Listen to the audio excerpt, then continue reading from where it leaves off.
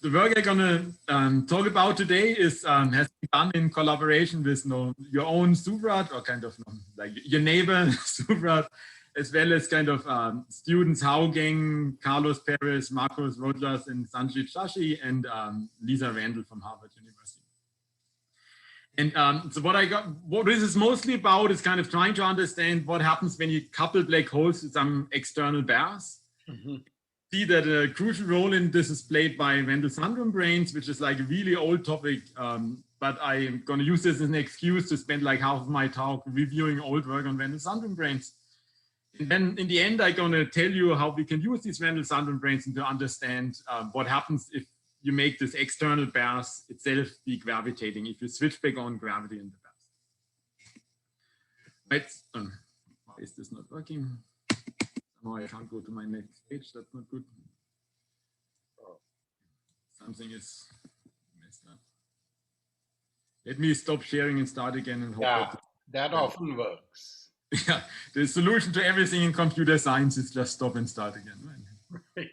It's called the halting problem. No, never mind. From current slide. Okay, yeah, it really works. So, the big question we are trying to address is how do black holes lose information? And this is the slide I usually use to explain this to an American.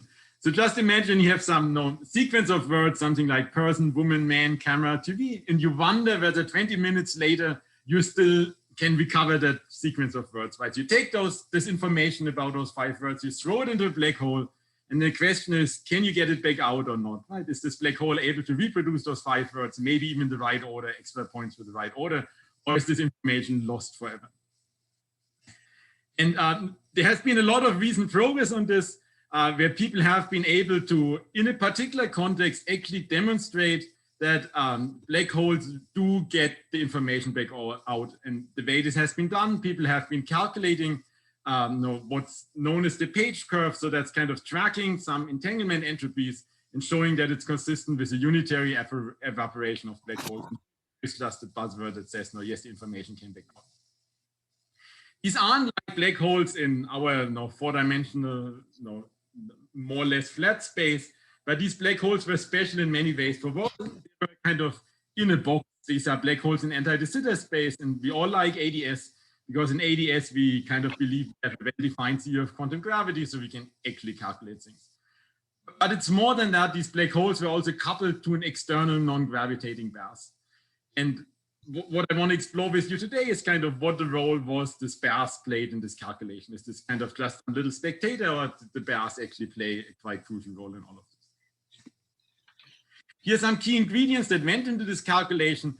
There's what's known as the quantum entangling surface. That's kind of some generalization of the Rutak-Yanagi prescription for calculating entanglement entropies in gravity when you also include quantum corrections. Islands were really important. Islands is a buzzword that says that sometimes if you want to calculate the entanglement entropy of something that's going on here, you have to somehow include degrees of freedom which are super far away in a completely disconnected region. So that's sort of an island. And replica wormholes also played a really important role. So I'm going to only review these concepts as they are needed. We're not going to talk at all about replica wormholes. Islands will briefly show up, and quantum entangling surfaces will show up even briefer. So we'll touch upon all of those, but I will not give you a great review about all of those things, since you can hear lots of really good talks about all those concepts all over the place. My main tool in order to address this question of how important the bears are going to be Randall-Sundrum braneworlds. And it's the Randall-Sundrum braneworlds that I'm going to spend again the first half of my talks almost exclusively on, since they play a really, really crucial role for us, right? So for one, we will use these Randall-Sundrum branes to help to resolve conceptual issues that are associated with the presence of the bears. And the other reason Randall-Sundrum braneworlds kind of got a resurgence of interest in this is that if you want to look at examples where this page curve has been calculated and you're interested in something that doesn't happen in a 2D bulk with a 1D boundary, you're interested in something where there actually is gravity, dynamical gravity, not just some trivial theory like in 2D, then you have to study Randall-Sundrum braneworlds. As of now, all these higher dimensional examples of systems where these page curves can be calculated involve Randall-Sundrum branes. Okay, so let me talk about some basics of Randall-Sundrum braneworlds. Right, this is kind of 2 decades old, but Randall-Sundrum branes have had tremendous impact on physics. They had lots of different applications.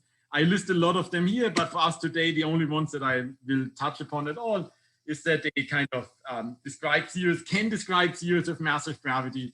They can give you holographic duality for conformal field theories with boundaries, and they're interesting to study black hole radiation. Of course, the last one is what I'm really after, but you'll see that the first two items play a crucial role in order to understand black hole radiation. Okay, so what is Randall-Sundrum? Randall-Sundrum is, in its essence, an answer to an almost trivial question in Einstein general relativity. You study the following theory. So you study some sort of low energy effective theory, which has as inputs in there an Einstein-Hilbert term. So you study a classical theory of gravity. It has a cosmological constant. And then the only other matter you introduce in your theory is the thin sheet with a tension lambda, right? So the only matter source you have in there is a codimension one object, a brane, whose action is given by its world volume. So today I'm only going to talk about negative cosmological constants. So instead of lambda, I'm going to have an L, which is the curvature radius of the radius 5 that you would get if the brane weren't there. And I'm also going to focus exclusively on the case where I have like a 4D brane in a 5D anti-de Sitter space. This is not any limitation. In our paper, we have many formulas for general D. It's just, in terms of talking, it's easier to say 4 and 5 than saying D and D plus 1. Okay. So how do you solve this problem? Einstein gravity coupled to a codimension one brane. So this brane is a delta function source. And if you think about how you're going to solve Einstein's equations as a delta function source, the basic strategy is something we've all seen in undergraduate class in quantum mechanics, either if you took it or if you taught it. It's the same strategy employed when you solve like quantum mechanics with a delta function potential. Recall what you did back then. So you have a potential that's only non-vanishing at a point. So away from the potential, you just have vacuum Schrödinger's equation. So you know exactly what the solutions are. They're exponentials. If you're looking for bound states, they're real exponentials. And then by normalizability, you have to pick the right one. And the way the potential shows up is you take Schrödinger's equation with a second order differential equation, you integrate it across a delta function. And the delta function then boils down to a statement that the derivative of your wave function has a discontinuity. Usually you would say that no, the wave function should have a continuous derivative, but the delta function can be integrated to give me a jump equation on the derivative of the wave function. Okay, so a delta function source in Einstein gravity works essentially exactly the same way. Let's start with by saying I want to look at vacuum solutions. So I want to look at solutions that have as much symmetry as you can imagine. Then away from the brane, there's no energy density whatsoever. I just have vacuum Einstein's equation. So I come at ADS 5 away from the brane. But what the brane does, it glues these kind of two portions of ADS 5 together in a way that the metric is smooth, but the first derivative of the metric has a non-trivial jump. And the size of the jump you get by integrating Einstein's equations across the brane. So you get a statement that the first derivative of the metric is equal to the energy density on the brane. And then the covariant way this reads is the first derivative of the metric is measured by the extrinsic curvature, and it got to be proportional to the stress energy density of the brane, which is just proportional to its to the induced metric on the brane, since my brane only had a tension, was only a sheet whose action was simply given by lambda times its world volume. What you get this way is like a Randall-Sundrum spacetime, which has like two identical copies of a part of ADS glued together along the brane. But often it's much easier to study like an orbifold of this. Many of the original Randall-Sundrum literature did this already, where instead of, you basically identify the two halves of spacetime and say, instead of having two copies of ADS glued together along a brane, I have a part of ADS 5 that ends on the brane that's terminated by the brane. So if you want to solve all of Einstein's equations, you want to have like a geodesically complete spacetime. You get two copies, but then you can impose an extra orbifold condition that truncates you down of a part of ADS 5 terminated by a brane. How does this look like in practice? Sorry, again, Andreas, can I just ask a question here? Yes, go ahead. I'm happy to answer. I was warned that when I talk in Mumbai, I'll get so many questions that my talk will take twice as long. I'll try to keep the review part, my questions here to minimum. But just to ask, so you want to have this version, I guess it's called RS2, right? Is it? Yeah, I'm talking about a single brane. Yeah, RS has these funny names. I'm talking about RS2, where there's a single brane, whereas RS1 would have two branes. So RS1 is important for like lots of the other points on my list for phenomenology and solving the hierarchy problem, yada, yada, yada. I'm just having a single brane. Well, eventually I'm going to have actually a second brane. For the first half of my talk, I'm going to have a single brane. Thank you. So in practice, what you're going to do, the easiest way to solve this equation is to use a coordinate system in which your space-time has this slicing.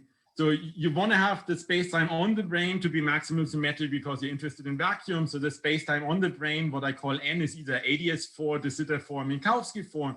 And the easiest way of doing this is you start with a coordinate system where you slice your ADS5 in terms of this space-time n. On each slice, you have a radial coordinate with sort of orthogonal to this. And then this gets all characterized by this function a, which usually goes by the name warp factor. And then the brane is sitting at r equals to 0. And the junction condition, this jump equation, the condition on the first derivative of the metric simply becomes the condition on the first derivative of the warp factor.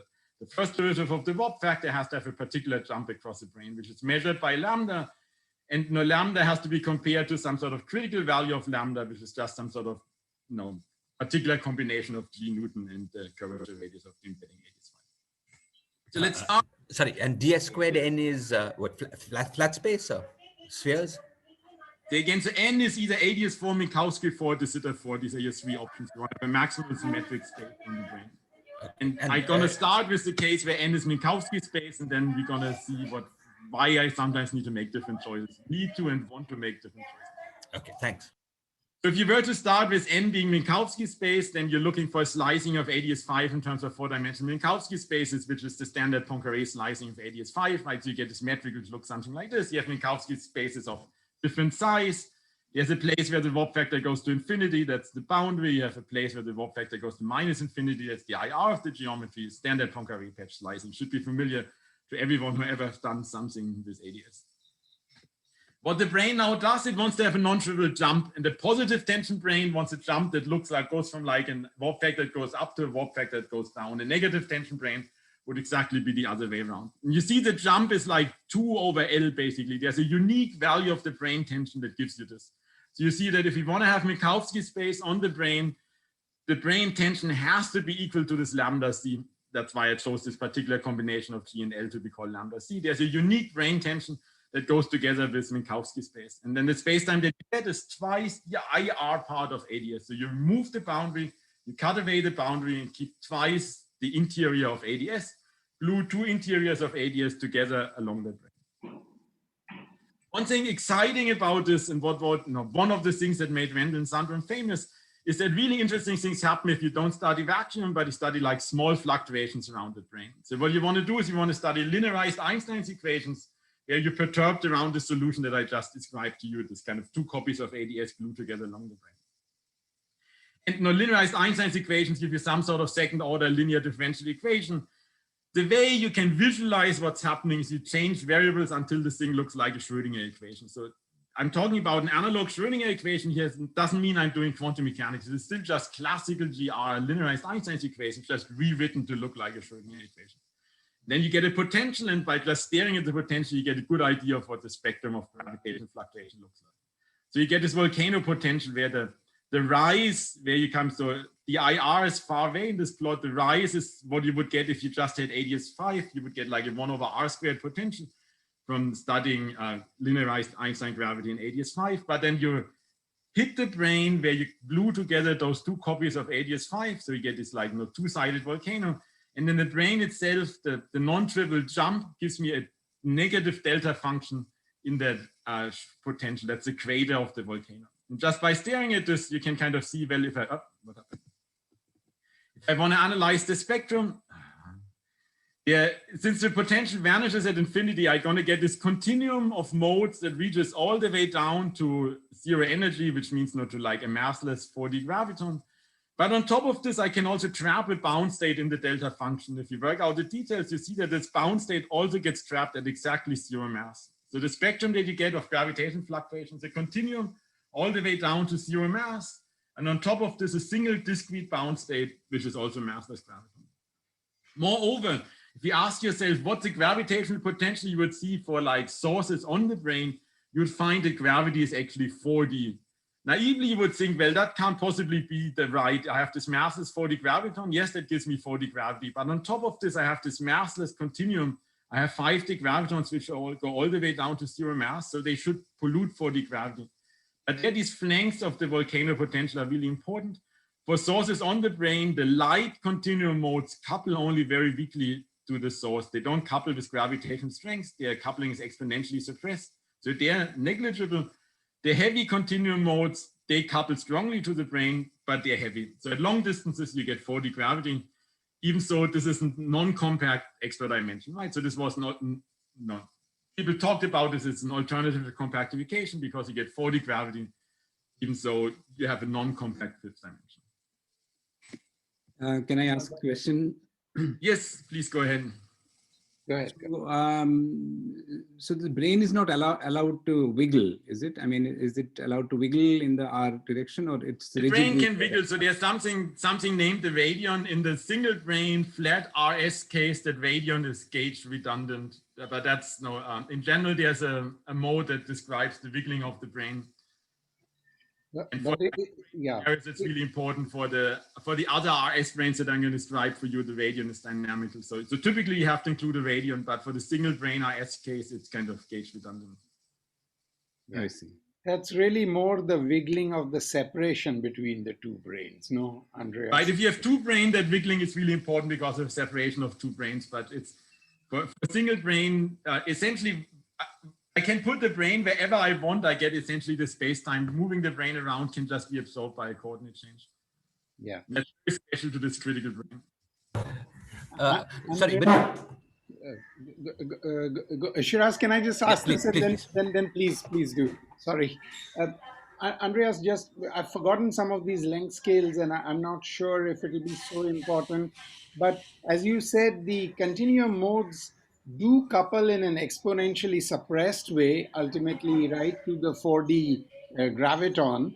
And does that, in a sense, mean that if I look at, sufficiently small distance scales on the boundary theory? Right, so the only distance scales I have in my problem is basically L, right? This is classical physics so far. There's 3 Newton, but that doesn't play any role. L is the only length scale. So L separates long distances from short distances, and distances longer than L.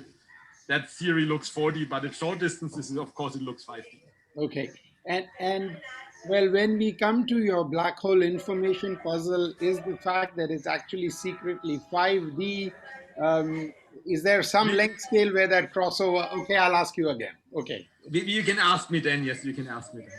Right. Sorry, Shiraz, please. Yeah, no, sorry, a trivial question. I was getting confused about the wiggling and the orbifolding.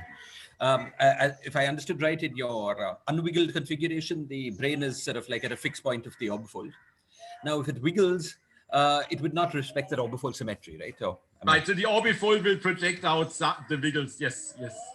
Okay, so in this case, there's no wiggle. Yeah. Okay, great. Yeah. Okay, thank you. So you cannot, whether you want to orbifold or not is up to you. In the end, most of the pictures I'm going to draw for you is probably for the orbifolded case, but it's a choice whether you want to orbifold or not. I see. Okay, so if you don't orbifold, then what happens? What happens at the other side of the brane? You get a second copy of ADS5. Right? The pictures I drew for you, this is not orbifolded. This is also not so you have two, right? I get kind of 2 copies of the IR glued together on the brane. Okay, fine. So then you've got 2 That's sort of what the original RS paper would have done this. Many of the applications orbifolded, but the original RS paper didn't orbifold. It has just 2 copies of ADS glued together. Okay, thank you. Also, I'm really sorry, you must go on, Andreas, but just to say that in string theory realizations, as you know well, you don't have the orbifold. I'll talk about the string theory realization in 2 slides, so then we can talk. Right. Sorry. Okay, so we are studying something in ADS, so a natural question to ask is, do we have a dual representation of this in terms of something using holography, right? So remember, the holography says that gravity on ADS5 is dual to a 4D CFT on the boundary, and this UV IR that I talked about before is just setting the scale in the CFT. So we can now look at these words that I told you. The solution we're looking at is 2 copies of the IR part of ADS5 glued together along a 3+1 dimensional brane with a massless graviton trapped on the brane. And we just translate this one by one into a field series statement saying, so I have 2 4-dimensional CFTs. These are the 2 IR regions. They have a UV cutoff because the brane removed the UV degrees of freedom. But I got this extra trapped graviton, and that isn't there in the 2 CFTs, so I need to add this back in by hand. So the holographic interpretation of RS branes is that the holographic dual to this 5D geometry is actually a 4D theory with gravity. So the 4-dimensional dual to RS branes as 2 CFTs with a UV cutoff and a dynamical graviton as part of the dual holographic description. So gravity is part of the holographic dual description in this particular version of RS branes. And I'm really sorry, you must go on, please excuse me, but just in terms of that picture, we could think of the 2 CFTs having a stress tensor each, which is coupled together to 4D gravity with... Right, so the 4D graviton is what gives the coupling between the 2 CFTs in this language. And here's the string serialization of this, right? If you think this is all crazy, probably this doesn't make any sense. People did come up with a top-down version of this. It's more sort of artist impression of this. But what you want to do is you study an F-serial compactification, so it's type to be on some 6-dimensional base, and there's some sort of anomaly cancellation condition which tells you there's kind of a lot of D3 branes somehow floating around, some large number of D3 branes, and this large number is set by some Euler character or something like this. But it's supersymmetric. You have moduli, you can take those 3 branes and all clump them on top of each other. And then you get a geometry like I drew on the right. The back reaction of these 3 branes will pull out an ADS 5 times S5 throat out of this complex space. But the full geometry truncates that throat. And at some point you see just Minkowski 4 times 6-dimensional base. And that's sort of what the RS brane is sort of a low energy effective description of. So that would be naturally be the single-sided version of RS, so the orbifolded version. There you have like an ADS 5 times S5 throat that truncates in some complicated 10D geometry. In that case, it's also clear that you get 4D gravity because there's literally like a genuine 4D space-time times compact 6D. So 4D graviton is definitely part of the description. Right. Sorry, I'll just make one small comment. You must go on, just because, I mean, the slightly less mysterious than F theory on a elliptically fibered blah, blah, blah, is simply to take type 2B string theory and consider the Klebanov-Witten background, where you have the conifold and you turn on fluxes in 2B. Okay, anyway, that's the sort of more pedestrian version. But what you say is true, yeah. Okay. So the last thing I want to say about this critical RS brane, so the one with Minkowski world volume, is how this looks like from global ADS, just so we can compare and contrast with what I'm about to say next. So global ADS is a cylinder, and I just want to draw pictures for you. So right, this is global ADS.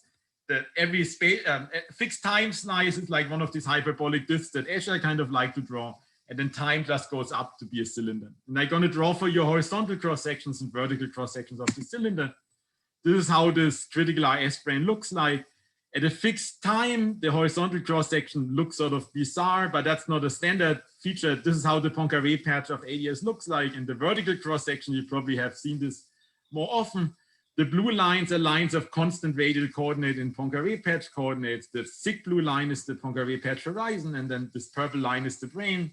The shaded purple region is what's cut out, right? The shaded purple region is gone. The purple line is the brane. The full space-time is whatever is left, what isn't shaded. And if you have the full space-time, you would have 2 copies of this glued together along the purple line. If you orbifold, this is the entire space-time. Sorry, and if you look at your first diagram, you change the time, the size of that white circle changes. Yes. And it becomes maximal. It encompasses everything at one time, right? Or not? It does never covers everything, right? This is sort of, I think, I was thinking at one time it covers everything or not. At one time you may be right. You may be right. Let me not make strong statements about this. I'm confused. We can talk about this later. Okay, but yes, it definitely, the size of the circle changes with time. And goes to 0 at 2 ends, right? The size of the circle. Yes. So from the point of view of the global time, the Minkowski brane has a finite lifetime, right? It gets created, it ends, and global ADS just keeps on going. Yeah, I thought in the middle of that it covers the whole thing, but I could be wrong. Yeah. You might be right. Let me not make a strong statement about this. I made those plots in Mathematica, and you can happily go back. No, it doesn't matter. Yeah, thank you.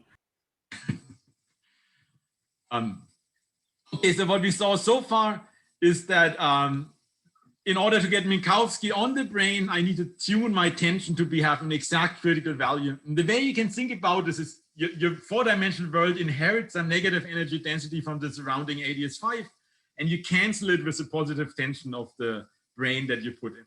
And that's a very useful way of thinking about it, because it tells you right away what happens if you choose a brane tension that's either bigger or smaller than this critical value. If your brane tension is too small, if you're below the critical value, then you're left with some negative energy density. If you're above, you're left with some positive energy density. You will be forced in anti-de Sitter slicing and de Sitter slicing.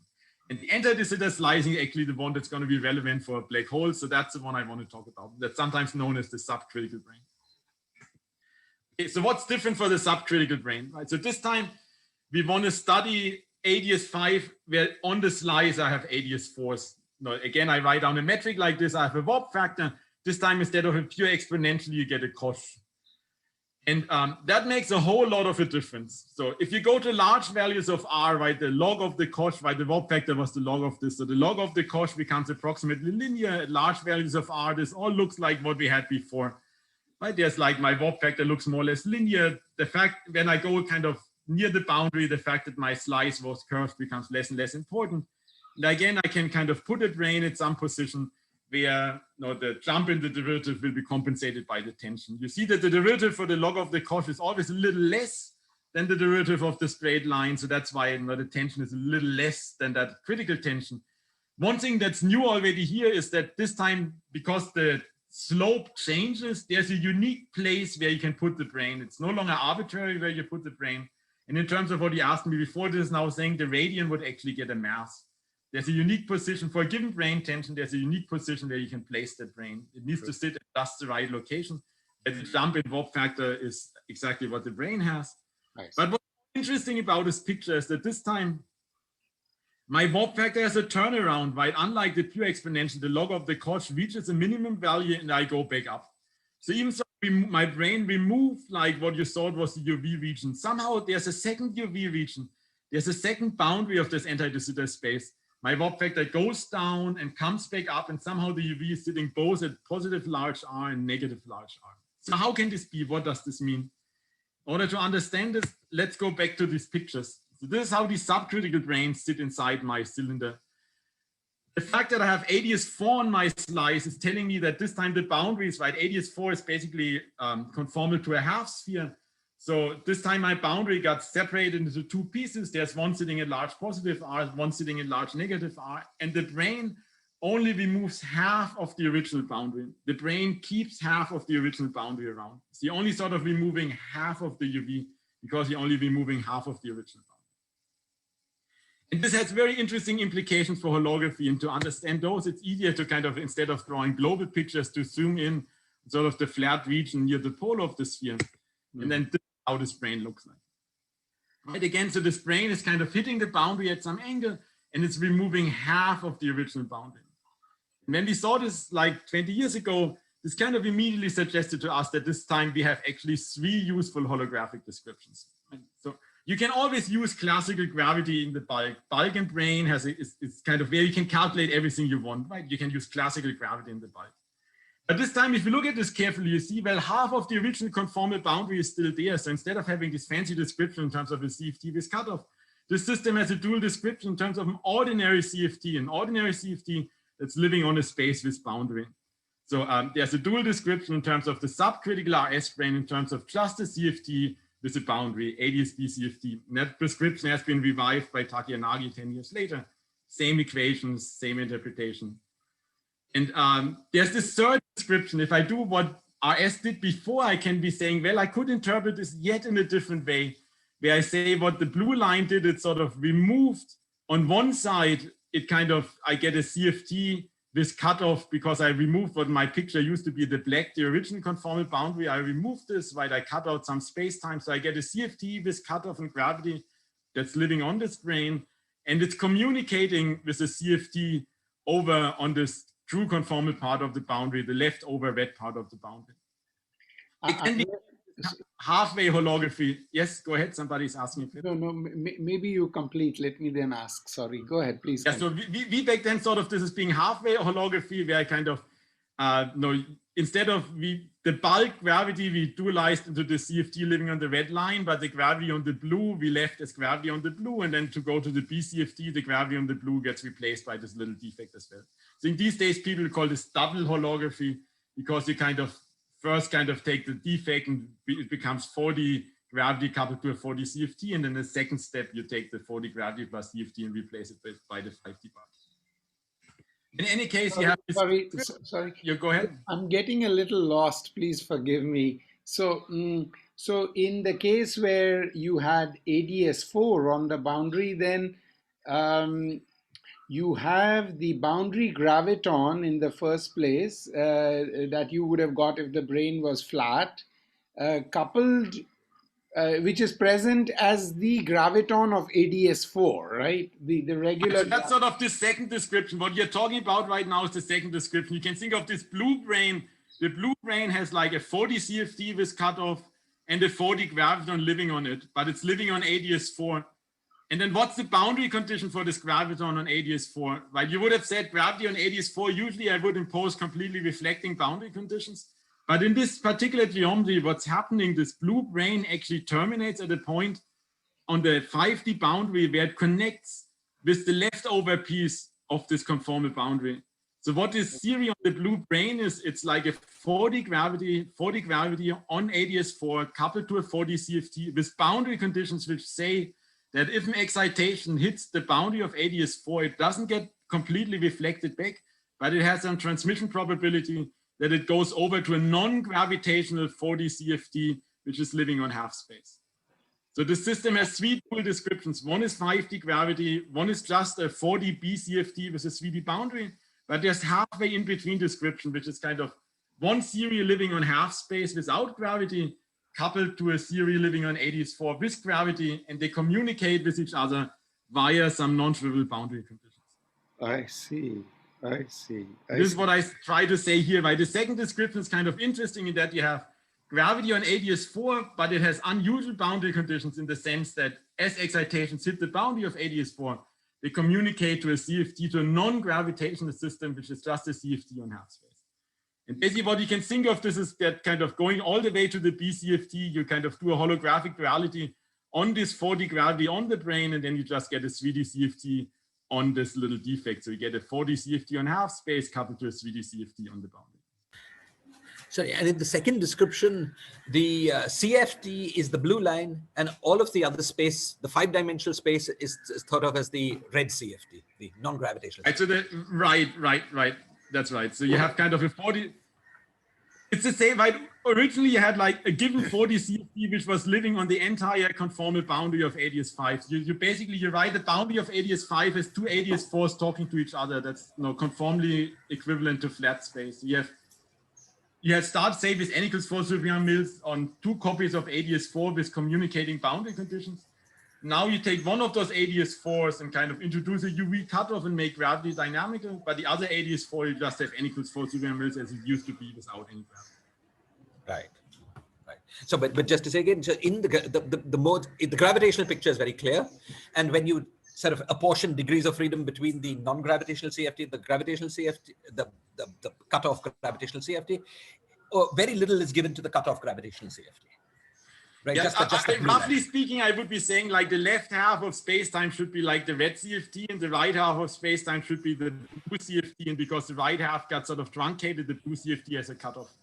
Right. That's sort of some sort of vague sense. No, in the end, the 5D gravity captures the entire field. Yeah. Of course, yes. Okay, thank you.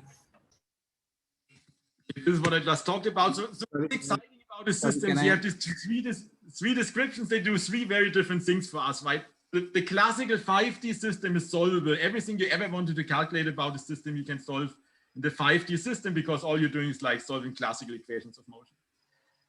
The BCFT description is the one where you really know what you're doing, right? That's a well-defined quantum system. It's UV complete. It's just a field tree. There's nothing to want. There's like everything you ever wanted to know in principle is well-defined there, right? No question about like UV completion.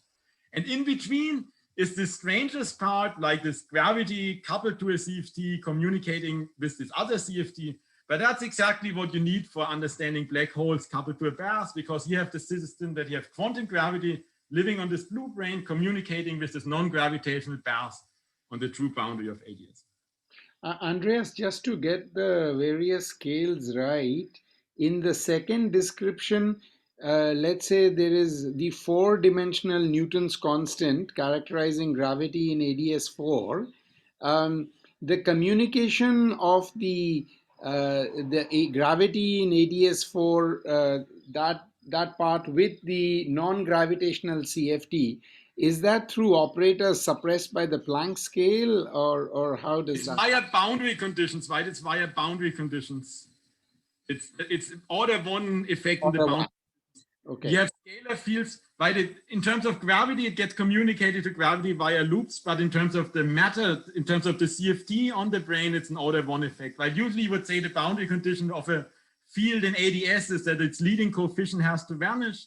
Its subleading coefficient is it's undetermined, right? That's how we all learned ADS CFT. Here the boundary coefficient is that the leading term of a scalar field on the blue brane is equal to the leading term of the scalar field over in the red part of the CFT. Okay, I got it. And the gravity, of course, is only on one side, and then those effects are some. Right. So if you ever kind of were in a situation where you wanted to study gravity coupled to a bath via boundary condition, which is exactly what all those people did who studied page curves, then Randall-Sundrum branes give it to you for free.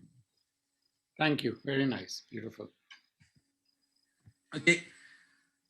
I'm completely running out of time. I hope you don't expect me to be done in 20 minutes. But No, you can go. Abhijit is the boss, but you can go much more. I think he'll say. Okay, so what happens to the fluctuation? Don't worry about that. Right? So here was sort of this picture that I showed you before in the critical case, right? This was the volcano potential when my brane had like a Minkowski world volume. So what happens if I bring back in this second boundary, right? So what was different in the subcritical case, I got a second boundary, which is telling me, now I can draw analytic pictures, but roughly speaking, you put this whole volcano potential, you put it in a box because my volcano potential shoots off to infinity again, far away from the brane. And there's two really important things to these gravitational fluctuations. For one, this continuum that we saw before gets broken up into discrete. That's not what I want to focus on. What's even more exciting is that I get the zero mode that was at zero mass sitting at the bottom of this kind of volcano potential gets pushed up a little bit by being put into a finite box, so that trapped graviton on the 4D brane is no longer massless, it actually becomes massive. Back then to us this was exciting because it's the first example of a consistency of massive gravity.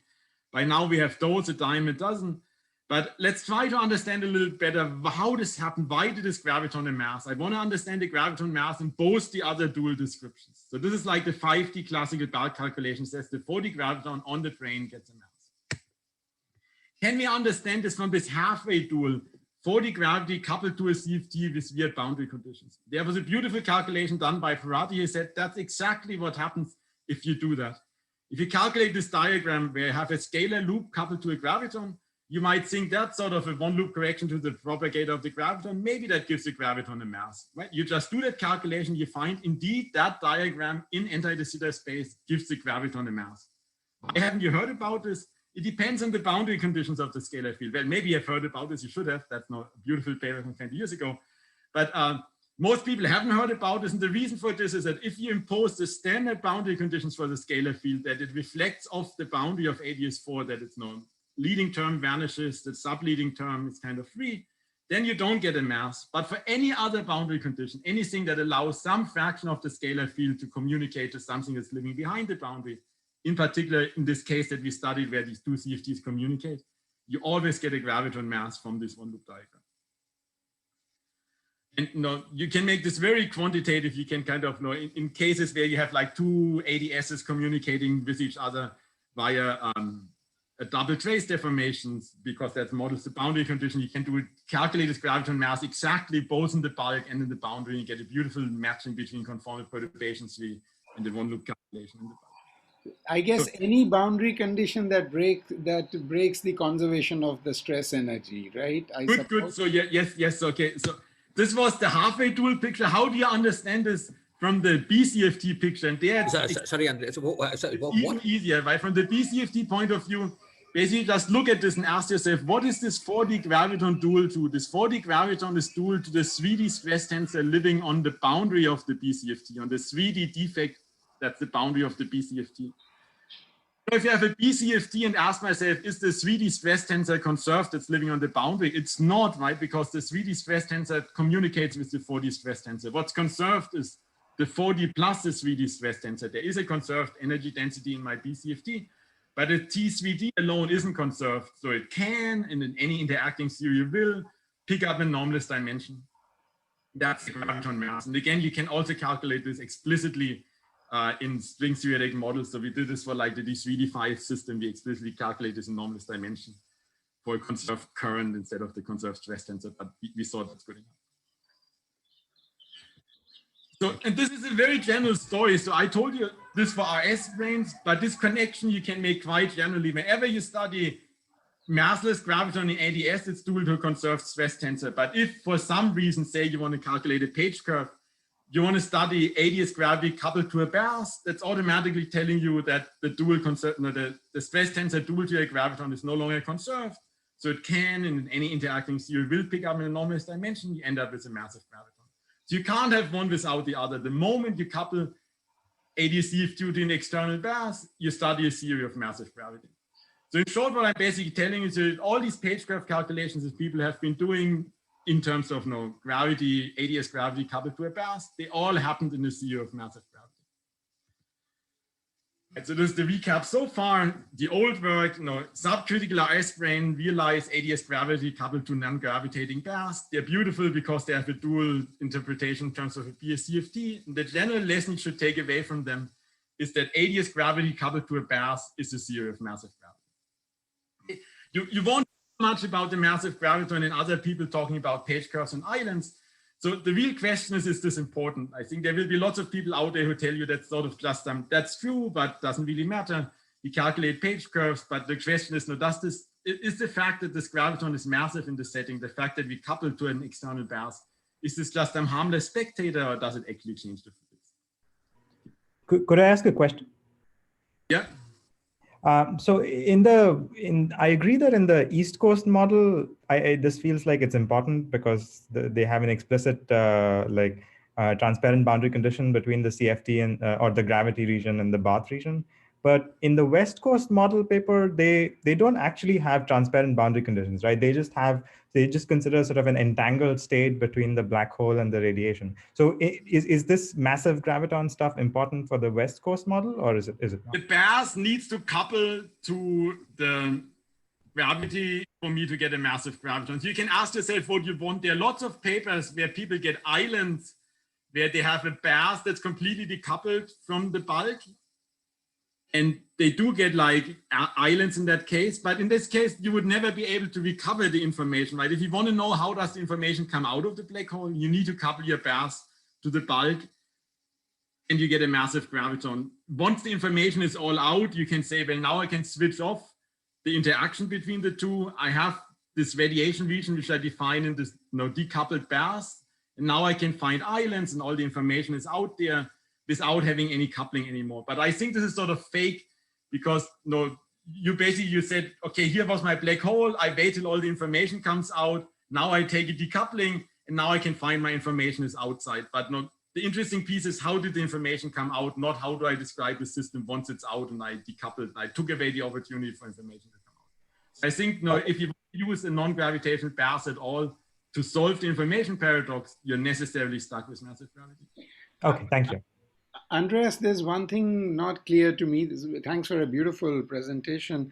But just to ask, ideally, one wants the bath to be in asymptotically flat space, because at least that's when the information question is clear. Let's hold on for a few minutes, since this was sort of supposedly the review part of my talk, and now I want to talk about the most recent work where we address part of what you're talking about. Okay, but just to flag the question, then please, whenever, which is if your let me just show you this space, right? So the question is, does the graviton mass matter? What you really want to know is there even a graviton mass if the bath is in asymptotically flat space? Right, so let's talk about asymptotically flat space, right? So what happens in asymptotically flat Andreas, space is that, yes? Sorry, before, I have a small question, just to understand this better from the last slide. So when you say, when you couple gravity to a non-gravitating bath, you would end up generating mass for the graviton. So is it important that this coupling be to non-gravitating bath for the graviton to generate the mass? Yes, and we will soon see in like 5 slides, you'll see that if I couple to a gravitating bath, I get a massless graviton. Okay, thank you. See, if I look at this picture, right, if here I have like the reason the 3D stress tensor isn't conserved is because it's kind of conserved is the stress tensor of the 4D bears and the 3D stress tensor. If you put gravity back in this bears, now you have a holographic dual with just the 3D theory, right? Say if this left-hand side, the T4D, is also living in a gravitating ADS4. If I have two gravitating ADS4s which meet at a 3D defect, now my holographic dual description is no longer a 4D CFT living on half space with a 3D boundary, but it's just the 3D boundary. Takeyanagi calls this wedge holography. And in this case, now all there is in my universe is this 3D stress tensor, and now it's conserved again. And like that is supposed to be dual to the entire 5-dimensional system. Yes, now we have it. That shouldn't be surprising because in that case, I have like my 5D system is a finite interval times ADS4, right? You are not concerned that like the dual of a 10D geometry, which is ADS5 times S5 is dual to a 4D CFT. Same here, like ADS4 times interval is dual to 3D CFT, not a 4D CFT. Yes, thank you. We'll talk about wedge holography also in a moment. Thank you. Back to flat space, right? What we really want to know is what happens to information of black holes in asymptotically flat space. And Subrat, who's hopefully still out there together with his collaborators, have this claim that if you study black holes in asymptotically flat space, something completely different is happening. Instead of getting a page curve where information first gets lost and then comes back out, you can recover the entire information of everything that's inside space-time from like the paths of future null infinity, like this little red region in this diagram, which I stole from Subrat, that supposedly contains the entire information of the quantum state inside. And that's, Subrat can give you a very precise operational procedure what you should do. If you're an observer, like an asymptotic observer in flat space, you measure the exact gravitational field at infinity, you can deduce the exact quantum state of what's going on inside. So you never lose any information, whether that stuff falls into the black hole or not is completely irrelevant. You always know the exact quantum state of the system just from measurements at infinity. That's why you get these flat page curves. That looks different from what people tell you who calculate page curves in ADS coupled to a burst. And this is sort of what Subrat said at Strings. This is how our project got started. When I heard Subrat say those words, Subrat said, the difference between what they did and what he's doing is that they have no gravity in the bears. And if you want to think about asymptotic flat space, it's like if the bears itself were gravitating too, right? In Minkowski space, it's not like gravity stops at some finite distance from the black hole and then you have a non-gravitating bears. Gravity is everywhere.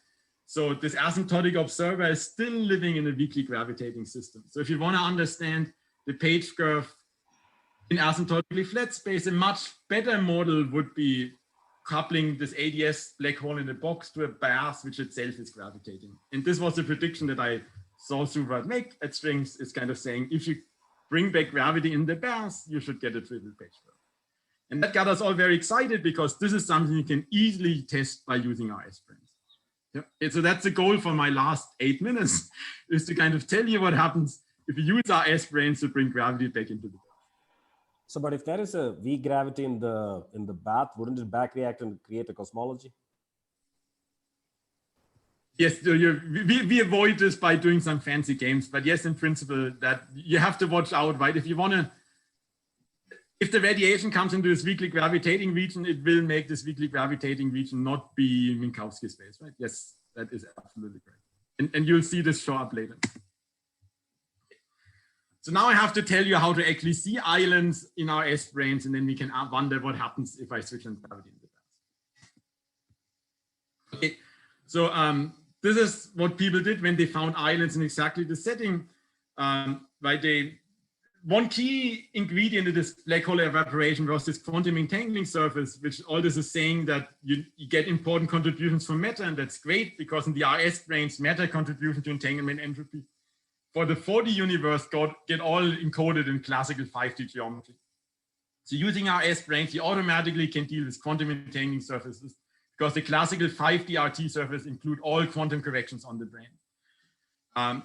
So if I want to study this whole system in RS systems, all I ever need to do is study classical gravity, and the 5D classical gravity automatically tells me everything you want to know about like 4D gravity coupled to a burst. But the problem with this is twofold. For one, classical 5D GR is still hard, right? If I want to solve a full time-dependent evaporation of a black hole, this is like nonlinear PDEs. I don't want to touch this. The other thing it's known in ice branes that sometimes the Hawking radiation that comes out of a black hole is order 1 in the large n counting instead of order n squared. It sometimes happens that the presence of the black hole itself drives the CFT into a confining phase. So even though the black hole has to Hawking radiate at a temperature that is set by the Hawking radiation, the energy density that comes out is order 1, not order n squared. That's a problem because we don't want to do quantum corrections, right? We just want to do classical gravity. Fortunately, it's completely understood when this is happening. This goes by a story that has names like funnels and droplets. And all you need to know is that funnels good, droplets bad. Funnels means you see the Hawking radiation in classical DR. And we know when we have a funnel and when we have a droplet. The second problem is more real. And the way people found in order to get around this, they do the following, right? So you want to study ADS gravity coupled to this non-gravitating burst, and you want to see a black hole in the ADS sort of evaporate and the radiation go over to the non-gravitating burst. That's a time-dependent process. We don't want time dependence. So what we do is we take this non-gravitating burst and we heat it up to a finite temperature, which is equal to the Hawking temperature. So now the eternal black hole remains eternal. Everything is kind of nice and time independent, but there's still communication between the black hole and the burst. You would still say radiation comes out of the black hole and goes over to this non-gravitating burst, but there's also radiation that comes back from the finite temperature and the burst and goes into the black hole, and everything's in thermal equilibrium. The claim is in this case, you still have an information paradox, and the same techniques that allowed people to calculate page curves in the time evolving lower dimension systems can also resolve the slightly simpler information paradox that you see in this case.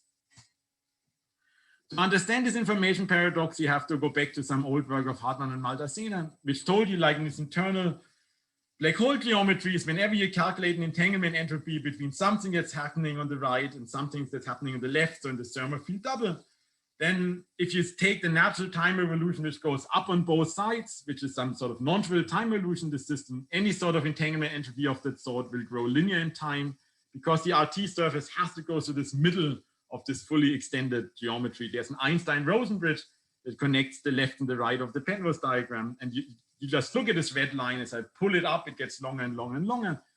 And if you do this, no, if you calculate it, you find this is a linear growth. The length of the RT surface, or the area of the RT surface, grows linear in time because the linear growth of the Einstein-Rosen bridge.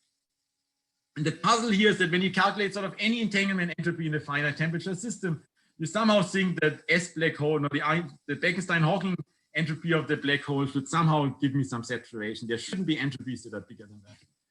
So if you look at this Hartmann-Maldacena surface, it wants to grow forever, but you would expect that unitarity kind of tells you the entropy shouldn't go past the Bekenstein-Hawking entropy. And to begin with, that's fine, but eventually you outgrow the Bekenstein-Hawking entropy. That's your information paradox. Sorry, Andreas? Yes.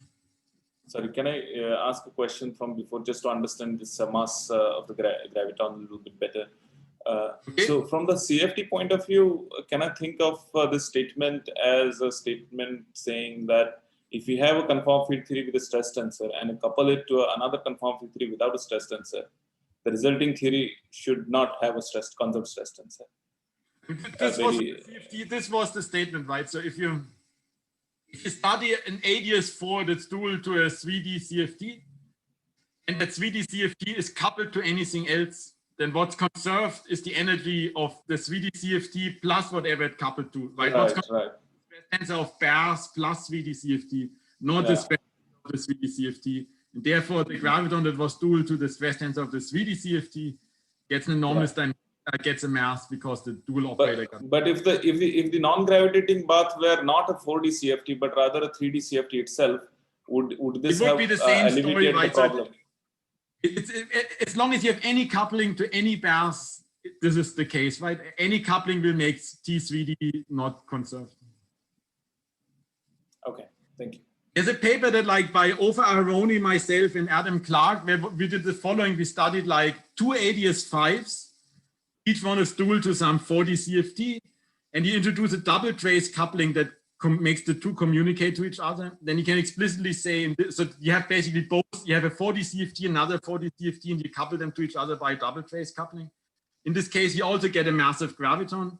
And again, this is the case where we calculated this mass of the graviton by this one loop calculation in the bulk. And we also calculated in conformal perturbation theory, and you get like beautiful matching on both sides. It's like 2 to the 4th calculations on both sides, they look very different. You get like a beautiful matching between the graviton mass and the bulk and the anomalous dimension out on the boundary. Thank you. It was sort of 40 bars with 40 CFT. But it's this general structure that any coupling to a bar, so the stress tensor isn't conserved, so you get an anomalous dimension, so you get a mass. Okay. It's not crucial to me that the bars was a 40 CFT. The bars can be anything that takes energy away. Okay. I think this is really a very general picture. You couple to a bars, that means the stress tensor is not conserved. You get an anomalous dimension, you get a massive gravity. And up there was this paper that I just talked about. Where was I? Sorry, but just sorry. I mean, just to understand this. I mean, if you have two CFTs and you couple them, you could imagine a flow leading you to another CFT with conserved stress tensor, right?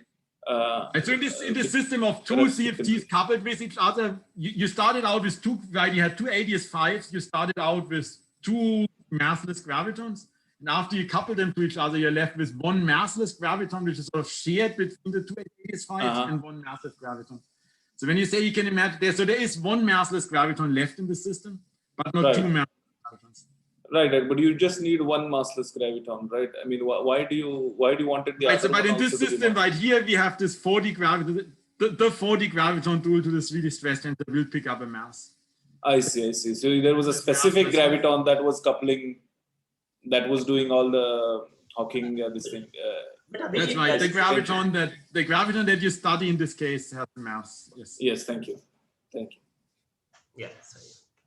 Somehow, I know you'll come to this, but at least the string theory constructions I have in mind with various RS throats where you'll get the double trace stress operator T mu nu over M blank. I mean, it seems to me in flat space you won't get about string theory constructions. I think so. The string theory constructions look very different for the subcritical RS branes than for the critical one. The ones you're describing, you're back in kind of critical RS branes with like Minkowski brane on them. If you want to think it string theory embedding, think these papers. Where did I have them? You're right. I'm thinking. Good parallel. I'm thinking there's a large class of literature which goes by the name supersymmetric Llanes solutions, but hiding in there are supersymmetric solutions for these V branes ending on S5 branes. And these are the relevant top-down descriptions you wanted to have right now. And they basically look exactly like my pictures, where instead of the RS brane, you basically have like inside ADS5 times S5 certain cycles shrinking to 0 size because they're wrapped by 5. You're right. Yeah. Okay, you're right. Yeah, I had in mind the critical one. Yeah, you're right. That suggested no mass, but you're right. Yes. Okay, go ahead. Yeah, so in the critical one, there's no mass. That's absolutely right. But in the subcritical one, you also get a mass. Like Costas-Bacchus calculated fluctuations in those cases too, and you did get a mass in those cases. Good. Sorry. Okay, so here's basically the one plot that if I'm able to convince you what's happening on this plot, you understand exactly how people got islands out of our S branes. So this is kind of the one plot you need to understand, and then hopefully my entire talk makes sense. So here, to begin with what we had before. So we have this brane, which it's left-right is flipped because I copy-pasted from a different paper. But no, the blue is the brane, and it cut out like part of ADS5, including this black original part of the conformal boundary. The red is this non-gravitating bars, the part of the true conformal boundary that's the left, right? So we have the description we're after. There's like gravity on this blue ADS4 brane coupled to a CFT, and there's a non-gravitating bars with a CFT on the red boundary. What we want to do now is study a black hole. So we need a horizon. What I want to do is I want to have a geometry. There's a black hole which intersects the brane. So you see over here, this black dashed line is a horizon. It intersects the brane. Indeed, we put a black hole on the brane. Furthermore, I told you in order to keep this static, I want to send this non-gravitating bars to a finite temperature. So I also need a horizon on the right-hand side of my picture. That's just a standard planar ADS5 horizon, which is saying my non-gravitating bars is at a finite temperature. Now, what makes this a funnel is that those two horizons are connected with each other. So really, it looks like I just have one big black hole in the bulk, but you should think about the type, the horizon on the left, where the horizon intersects the brane, that's the black hole in the brane. The part on the right is just telling me the bars is at a finite temperature.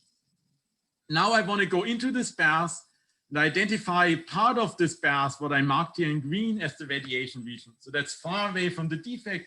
And in these page curve calculations, that's sort of what people say, well, once radiation reached this green region R, it really came out of the black hole. That's sort of the stand-in for the far away Hawking radiation. And what you want to do is you want to calculate the entanglement entropy of this green region R. So you want to find RT surfaces that determine the entanglement entropy of this green region R. Well, one thing you can do is you can just draw this line that goes vertically straight down into the horizon.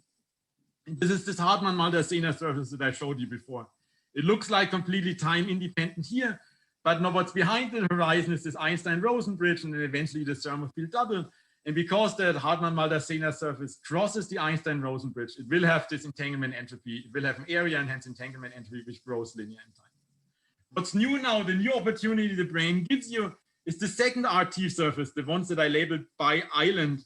It's really not like an RT surface associated with an island. So it's not like the green dashed line is the island, but the green line gives rise to an island.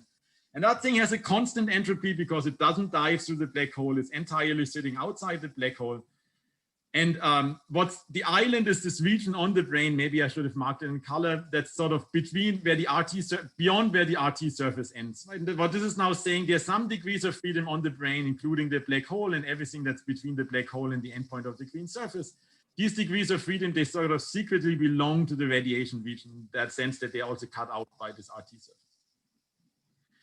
And what's really important about this picture is that this boundary of the radiation region, right? You do this in the non-gravitational bath. That's completely up to you. You tell me, like, here's a CFT living on half space, and I go like 5 steps away from the defect, and I decide here starts the radiation region. If you feel like it, you can do another step, go 6 steps away, and say, no, now I started here.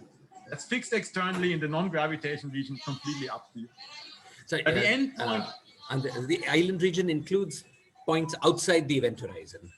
Yes, yes. In this case of these systems on our S-branes in dimensions bigger than 2, you always find islands outside the horizon.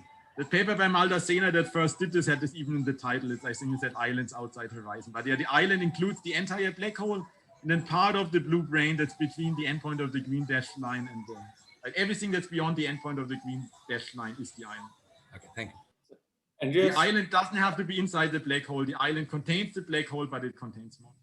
Yeah, sorry, I was also confused about that. Let me just ask you, if I were looking at everything, projecting it to 4 dimensions, that is on the boundary, right? Then it's true that you have the black hole inside in the gravitating region and the boundary, which is your red dot, which is of course not inside the black hole horizon. And then you have the non-gravitating green region. And now if I think of the island, it involves some part which goes from the quantum extremal surface leftward in your diagram and your green region in solid. Is that correct? The green region in solid is what I want to calculate the entanglement entropy of. That's not the island, right? The island is, I believe, this. You can see my mouse, right? Yeah, it's not the island, but the island prescription would add that part to the entanglement, right? The island prescription is saying that sort of this green surface calculates the entanglement entropy of the green region, and therefore the degrees of freedom that are sitting in here are somehow redundant with the degrees of freedom that are sitting in the radiation region. Somehow, if I want to calculate the entanglement entropy of this green region out of the boundary, that region in here also counts in the sense that the homology constraint is sort of something that this thing is, including that blue region down here. Yeah, sort of. I answer, but please bear with me. Let me get my head screwed on straight, because let me just understand first what your 5D situation would have meant if I were just looking at it in 4D, okay? And in 4D, if I understand right... What do you mean by 4D? You mean the BCFT description? I mean the 4-dimensional description which you are showing as a line at the very top, if I understand, which has... Right, so I have two descriptions which you could call 4D. The mix is 4D CFT living on half space with a 3D boundary, and the other is like 2 4D CFTs, one without gravity, one with gravity, communicating via their common boundary. I meant your last one, what you call the mixed description. Right, okay, yeah, good. The one with gravity to the bath. Yeah, in terms of that 4D description, I'm describing a black hole in ADS4 and coupled via transparent boundary conditions to a non-gravitating bath held at the same temperature as the black hole. Right, good. Now, the gravitating part has a quantum extremal surface. Right, which is the endpoint of that green surface that's sitting right here. But the endpoint in 4 dimensions. Yeah. And that extremal surface is way inside where your red dot is, the boundary between the 2 regions. Yeah. Is that right? And then the island prescription would say keep the region to the left of the quantum extremal surface plus the region outside to compute your right. So entropy. what's left of the quantum extremal surface, that's the island. That's why everything that's in here, that's the quantum. It's the island. This is the quantum extremal surface. So, Sandeep, just to clarify, in this, this is just the usual Ryu-Takenagi prescription that Andreas is drawing here. I understand. I just want to make sure I understand it first as an answer to a 4D question, which I would have. So from the 4D point of view, this quantum extremal surface. Sorry, the quantum extremal surface contains like the matter part, and that's sort of why you draw a 5D Ryu-Takenagi surface, right? The 5D Ryu-Takenagi surface. That's what you're supposed to do for a quantum extremal surface, includes the matter contribution as well as the gravitation contribution. So you are saying that the answer to that 4D question, which is this 5D RT surface, partly lies already outside the, includes the dashed line. Yes, it's the quantum extremal surface is outside the black hole. And again, this is not our work. This is like Maldacena found this, and he put this in the title of his paper. This is when people study this particular scenario that was, nobody told you the quantum extremal surfaces have to be inside black holes. They can be inside, they can be outside. You minimize, and in this case, minimization tells you it's outside. But I mean, in 4D, it would have been inside, but your 5D construction brings it. No, this particular system where you couple to this finite temperature is always outside in all dimensions. Even in 4D, I mean, even in the boundary theory, it would have been outside. I'm not sure what you mean in the boundary C, but if I do this with ADS3 brane and ADS4, it's also outside. Okay, Sandeep, to think of the 4D picture, maybe what you should do is you should ignore all the white part, look at the blue solid line, the red solid line, and the green solid line. And so for an eternal black hole coupled to a bath, this is always the case. No, the island is outside the sorry. Sorry, I should let you go on. But in the 4-dimensional picture, you have the brane, your blue line, I thought just demarcates the gravitating from the non-gravitating. Exactly. So the island. Now, the 4D picture, this is what people just try to tell you. The 4D picture is only what's living on the line, right? The 4D picture is like a gravitating line and a non-gravitating line. That's the 4D picture, right? No, the 4D picture I want to use is 4D gravity. You can have a CFT coupled to 4D gravity. Okay, that lives on the blue line, right? The blue line is the 4D region with a CFT coupled to gravity. That's the entire blue line. That's the 4D region. That's what it is in your picture. What's the black line? The black line is sort of the original part of the boundary that got removed by the brane, right? The shaded region is all gone. The black line was the original ADS5 boundary. And then I put in the brane and removed everything that's shaded. And then it's living on the blue line.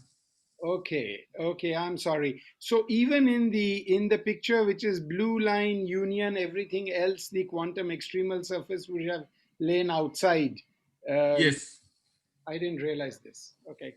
Again, that's an old result that not even ours, but that's a fact. Like in this eternal black hole coupled to a finite temperature bath, the island is outside. In the ADS2 case, I think you can do it using CFT2 technology, and I think it is reliable. Even in ADS2 coupled to a heat bath. Right. In ADS2, people have done it both ways. They've done it using the double holography, and they've done it using like Merolf et al. The quantum extremal surface lay inside, right? That's an evaporating black hole. Finite temperature and the that's an evaporating. Don't look at the eternal case. Okay. Evaporating as opposed to heat bath. Thank you. Okay, I'm with you. Sorry, please go ahead. Sorry, Andreas, just the previous translate, just one more question. the region behind the in the island, can it causally communicate with the red region, or is it sort of causally This is sort of a finite time slice. Yeah, as time goes on, yes, this can causally communicate. Right, signals can go to the boundary of ADS in a finite time and communicate to the boundary. Okay, so then if you move the intersection between the red and the green line off to infinity, then presumably the island starts going nearer and nearer the event horizon, or maybe below. Is that right? Yeah, yeah, it goes nearer and nearer and nearer. Okay, so otherwise that would violate causality, because you could, sorry, just because you could do something in the green region that would affect space-time here, and then that could communicate to the red faster than a signal could go. So yeah, no, the island drops down deeper and deeper in the bulk as you make the green region. Sounds good. Thank you. Yeah. one question. Just once more. Sorry, where is the event horizon? The black dashed line is the event horizon. No, in 5. The 4D event horizon is where the black dashed line intersects the blue line. So it's as time goes by. What was the answer to Shiraz's question? Does it? I think he said this is static. This is completely static. As time goes by, nothing interesting happens. So I was wondering what happens if the signals that you try to shoot out. See, if the intersection between the red and the green line is taken to infinity, and this picture remained unchanged, there would be a contradiction, because then you could do something in the green region, which is infinite, very far from the red region, but the bulk would then be able to communicate to the red region in finite time. And Andreas was saying that, okay, as you take this intersection between the red and the green off further and further, the dashed green line goes down. So okay, yeah, that's what you'd expect. Yeah, okay. Got you. Thank you. Sorry, please go ahead. Sorry, just one. So this is the picture that you get now. If you look early on, you find that the Hartmann-Maldacena surface has a. Sorry, Andreas, can I ask one question on the previous slide? So I wanted to do the opposite of what Shiraz wanted to do, wherein I bring the red interval smaller and smaller, right? As it approaches the red dot, even then the island should not come very close to the red dot, right? Because the island shrinks into like some infinitesimal surface. It does shrink into something infinitesimal. The island kind of completely shrinks towards the red dot. That is happening. No, but should it not remain always on a finite distance away from the red dot? Because you are simply it's both. I mean, they shrink together. They shrink together, right? As you go, this is kind of completely scale invariant picture. So there's once I get closer and closer to the red dot, I can forget the black hole. It's like an empty ADS. In empty ADS, scale invariance is basically telling me there's a unique surface where like the position on the blue brane and the position on the red brane, they're proportional to each other. So if you make the green region kind of end up epsilon away from the red dot on the right, then the island ends up epsilon away on the blue line. No, but even if it is epsilon away, then I'm simply computing, let's say, entanglement entropy of the radiation, right? And why is the radiation able to see the entire bulk? I mean, I thought it would still be a finite distance away, even though it's not. I mean, I can tell you properties of the RT surface. It's not. As you push the radiation region into the defect, the island also gets pushed into the defect. I see. Is there, okay, you have to go on, but and I should be better informed. But isn't there something almost contradictory in the quantum entanglement wedge lying outside the event horizon? I can send signals from the event horizon out to the boundary and reconstruct the region in between, but you say the entanglement wedge doesn't even go into that. I mean, it almost seems. Anyway, go ahead. I have to proceed. Yeah. You should invite Hartmann-Maldacena and ask him those questions. Fine. Okay. Yeah. No, thank you. I'm sorry to be so poorly informed. Yeah. Go ahead, please. It's not like if you were to take this and the union of the region on the other side, the entanglement wedge is everything below the green dashed line. So I mean, in this case, it probably ends at the horizon, but if you were to take also the other side, so you can see inside the horizon. I don't know if that was your concern. Why does the surface have to be always behind the horizon? Like, what is it that tells you that? Well, if it's outside, isn't there a region between the horizon and the quantum entanglement wedge, which you cannot encode for on the boundary? Yeah, which you cannot encode for using only the red part of the boundary. But who tells you that the red part of the boundary has to describe everything? I mean, this is some CFT which has been coupled forever, right? I see. So your concern is that if you just take the blue region, the blue in 4 dimensions, you would have thought the red dot should describe everything. Red part is not even in the boundary, right? Isn't the boundary of the gravitating region the red dot? So you're saying your concern is why isn't the red dot describing the entire blue solid line? I guess that's your question. Yeah. Right, but that goes back to what we had before, because the red dot alone is not a unitary description, right? The red dot it has a non-conserved energy density. It leaks into the red region. The red dot alone is not a consistent description. The red dot is a 3D boundary of a 4D BC, and they come together. The red dot alone is not anything. The red dot alone is just an open path subsystem of a consistent, CFT on half space. I see. It's also been coupled forever. It's an eternal black hole. Yeah. It's been coupled forever. So that's why the information is kind of delocalized between the red and the. Okay. I hear you. Thank you. Go ahead. I have one last question about this previous slide. Sorry to interrupt again. If you were to use the quantum extremal surface prescription on the blue line, like you're in the intrinsic 4D perspective, would the fact that the graviton is massive be important? Like, would that massive graviton give some extra contributions to the quantum extremal formula? I don't think so, because both of them, right? So the mass of the graviton, the way Paradia understood it, it was due to the quantum effects. So what's living on the 4D brane is sort of gravity coupled to a CFT, and the mass comes from the loops of the CFT, right? So it's the bulk captures. So this is when we calculate the quantum corrections of the CFT explicitly by doing like 5D classical calculations. We don't need to separately include the mass. The mass is sort of an output of the quantum corrections due to the 4D CFT. It's not something, if you add a mass by hand on top of it, you sort of double count the quantum corrections from the CFT. I see, but so it doesn't even change the wall-like term in the entropy formula, like the area term. No, yeah. Okay. Basically, not like these 2D calculations, the quantum extremal surface is completely dominated by the matter CFT. It's I see. Okay, got it. The green surface is calculated. Thank you. So this is my 20th attempt to show you this slide. This is just saying, if you believe this page before, then this is the picture that you get. The Hartmann-Walder-Sehner wins early on, but it grows linear with time. The island surface has a larger area, so you would think it's subdominant. But because Hartmann-Walder-Sehner grows and the island doesn't, at some time you get this crossover and you saturate at the entropy saturates because of the island surface.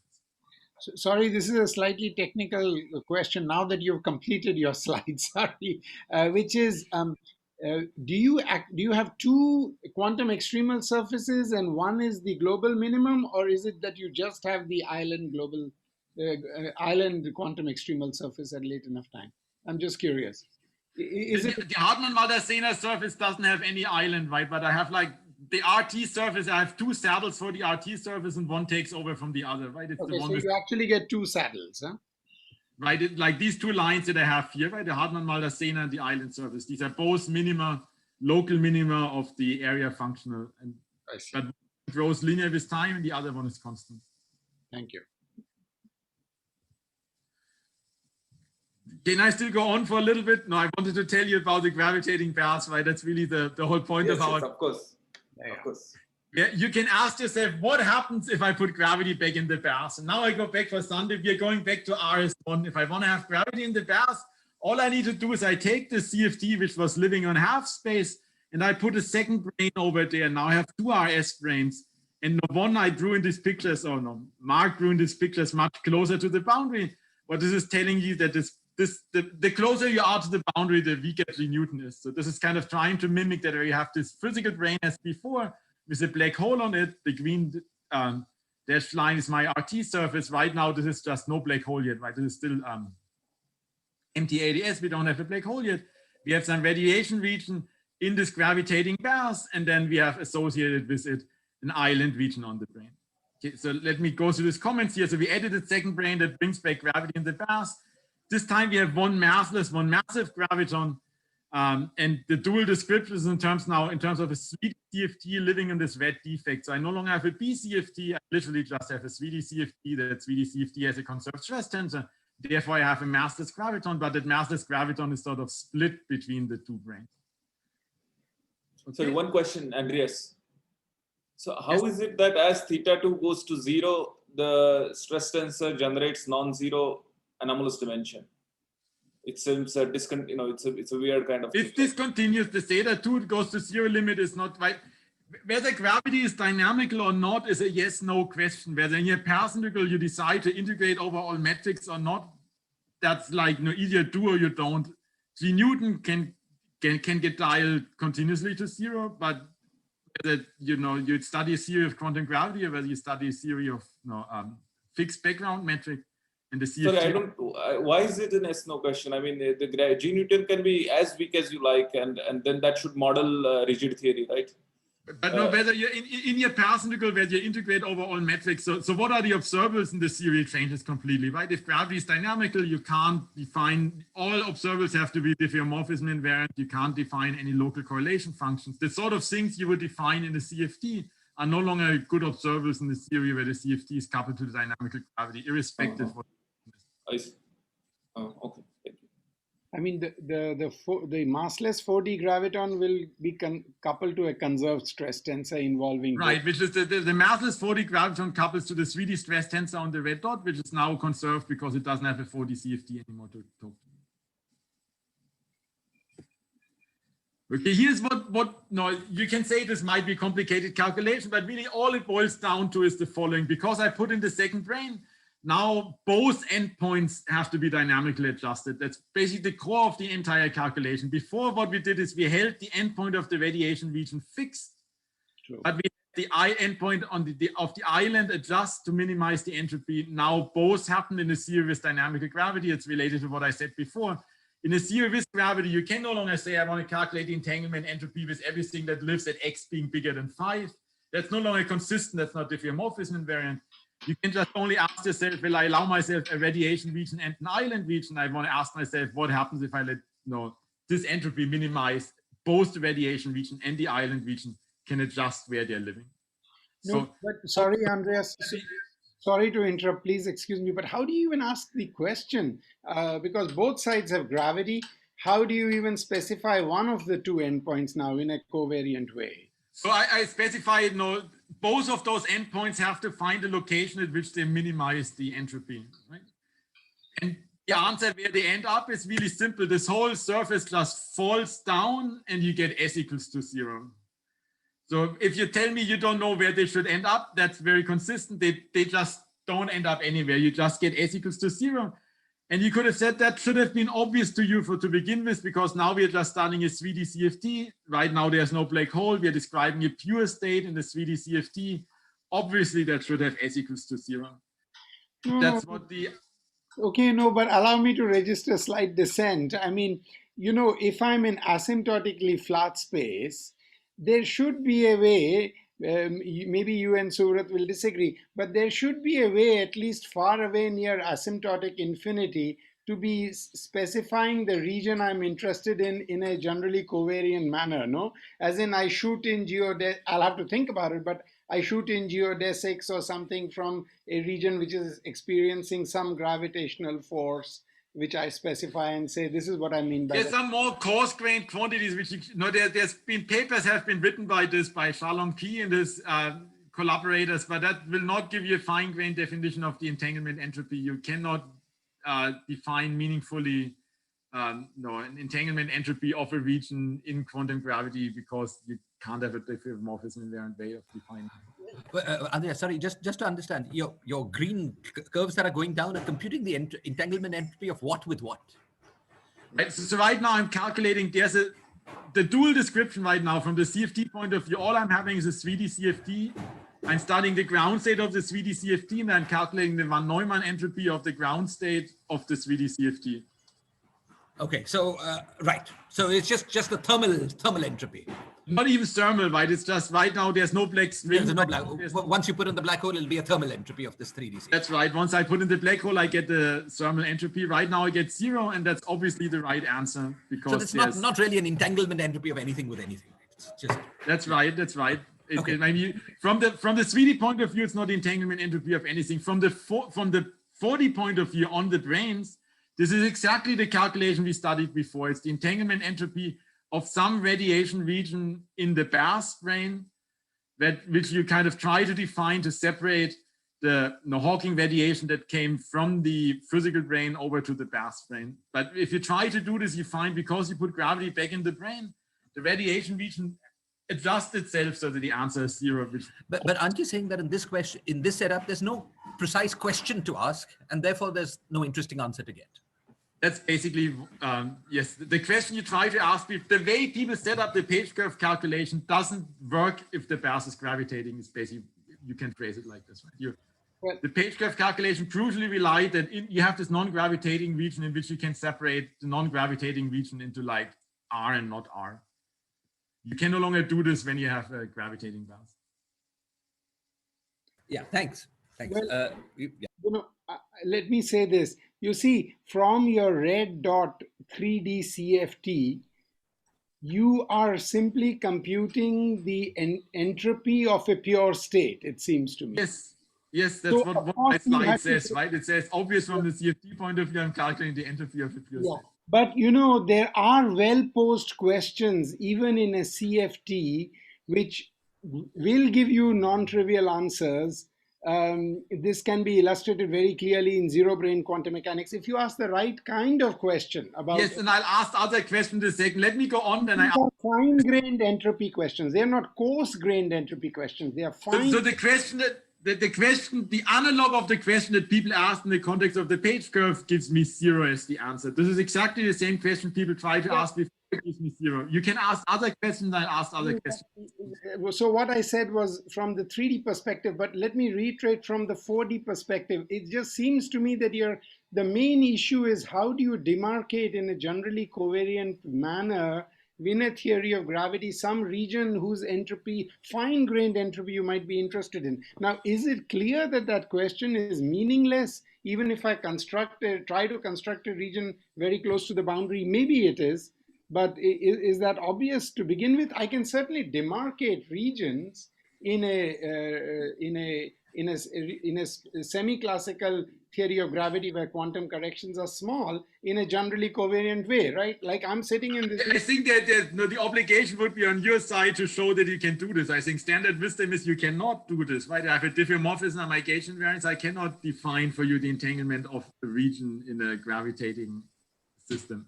Well, okay. Well, I think there are precise questions you can ask from the 3D CFT point of view, okay? And I would like to suggest a 4D version of those questions. And they're not coarse-grained entropy, they're fine-grained entropy. And I think it's questions like that which would be the analog. But okay, go ahead. So I have one question also. So can I say something? Just to say, so I don't know if he's included in the talk, but there are certain other questions here one can ask which are fine-grained questions which do give non-trivial answers. But the question is, if you include all the degrees of freedom on this region R, then is there some sense in which you can demarcate, the degrees of freedom from R from its complement? I mean, in the prescription that you and Sumit and others had, as we discussed, you also had to throw out some operators, right? You had to throw out these integrated metrics and so on. You have to throw them out, but I think it's versions like this which are the precise versions nonetheless. We may not have the ultimate word, but I think there are precise versions like that which should capture some version of your So I think that's also true of the Shaolang key and so on prescription. If you start throwing out operators, there might be some way in which you can discard degrees of freedom to get something. And that's the sense in which we're saying coarse-grained entropy, because you're not really including all the observables that live on R. You're trying to come up with a truncated list of observables and then say, let's define the entropy with respect to that. And then it's fair to ask that kind of question. In flat space, for instance, I think it may not be a fully fine-grained description. What one is computing. For instance, Shaolang key, that's just the standard thing of putting a cutoff like Gibbons and Hawking, right? So and finding a background subtraction. So, but that kind of calculation, it may not be a fully fine-grained description, but I think there is some sort of a approximate fine-grained description or something where the radius of the cutoff actually somehow plays into a role, but I don't think anybody has made it precise. So it may not be the exact comparison of the ADS. But it's something intermediate in some sense, where the cutoff radius plays a role in the coarse graining scale or something like that. Because so another thing, so I would have thought that if you in your prescription in this around the red dot is probably where something similar can happen, because that seems like the asymptotic region to me in your description, not the yes. If I go to my next slide on it, this was something like global. Let's not talk about global. Let me quickly bring back in the black hole, and then maybe we can some of these questions become clearer, right? In order to go back to kind of study page curves, we want to bring back in a black hole, which is now this black dashed line is the black hole horizon. So this goes back to something I was asked earlier. If you want to hold the bath at a finite temperature, that's now a problem because there's gravity on the bath too. So you can't just put in a finite temperature and expect nothing to happen. Gravity will back react. But one thing you can do is put a black hole both in the bath and on the brane. So this is to get this black string configuration, this black dashed line is a horizon. I put a black hole with the same temperature on both branes. And in this case, the same procedure where you have to adjust both the island and radiation region has the RT surface fall down until it hits the horizon. And now the entropy will be a thermal entropy like Shiraz asked before, but it will again be completely time independent. When you get a flat page curve, very much like what was conjectured to be the case in asymptotically flat space. And here the point is that very much like in flat space, you have a region, in this case is this red dot, where the entire quantum state of the bulk can be obtained by studying the CFT on the red dot, maybe including its thermal field double, but you have an exact quantum description for the entire space-time. All information is always accessible to this like one part of space-time where there's no gravity, which is the 3D CFT, where the two 4D gravitating regions meet. It's something the chat. Oh, Suraj is helping me. Wonderful. No, sorry, I was replying to Shiraz. I replied to everyone by mistake. Sorry. Sorry.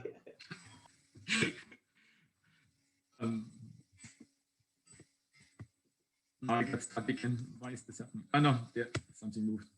Right, this is what I just said. The entire quantum information about the bulk is contained in this non-gravitating defect. And that's sort of the analog in the setting of the past of null infinity in flat space, where you can kind of obtain the entire information that of the full quantum state in your system.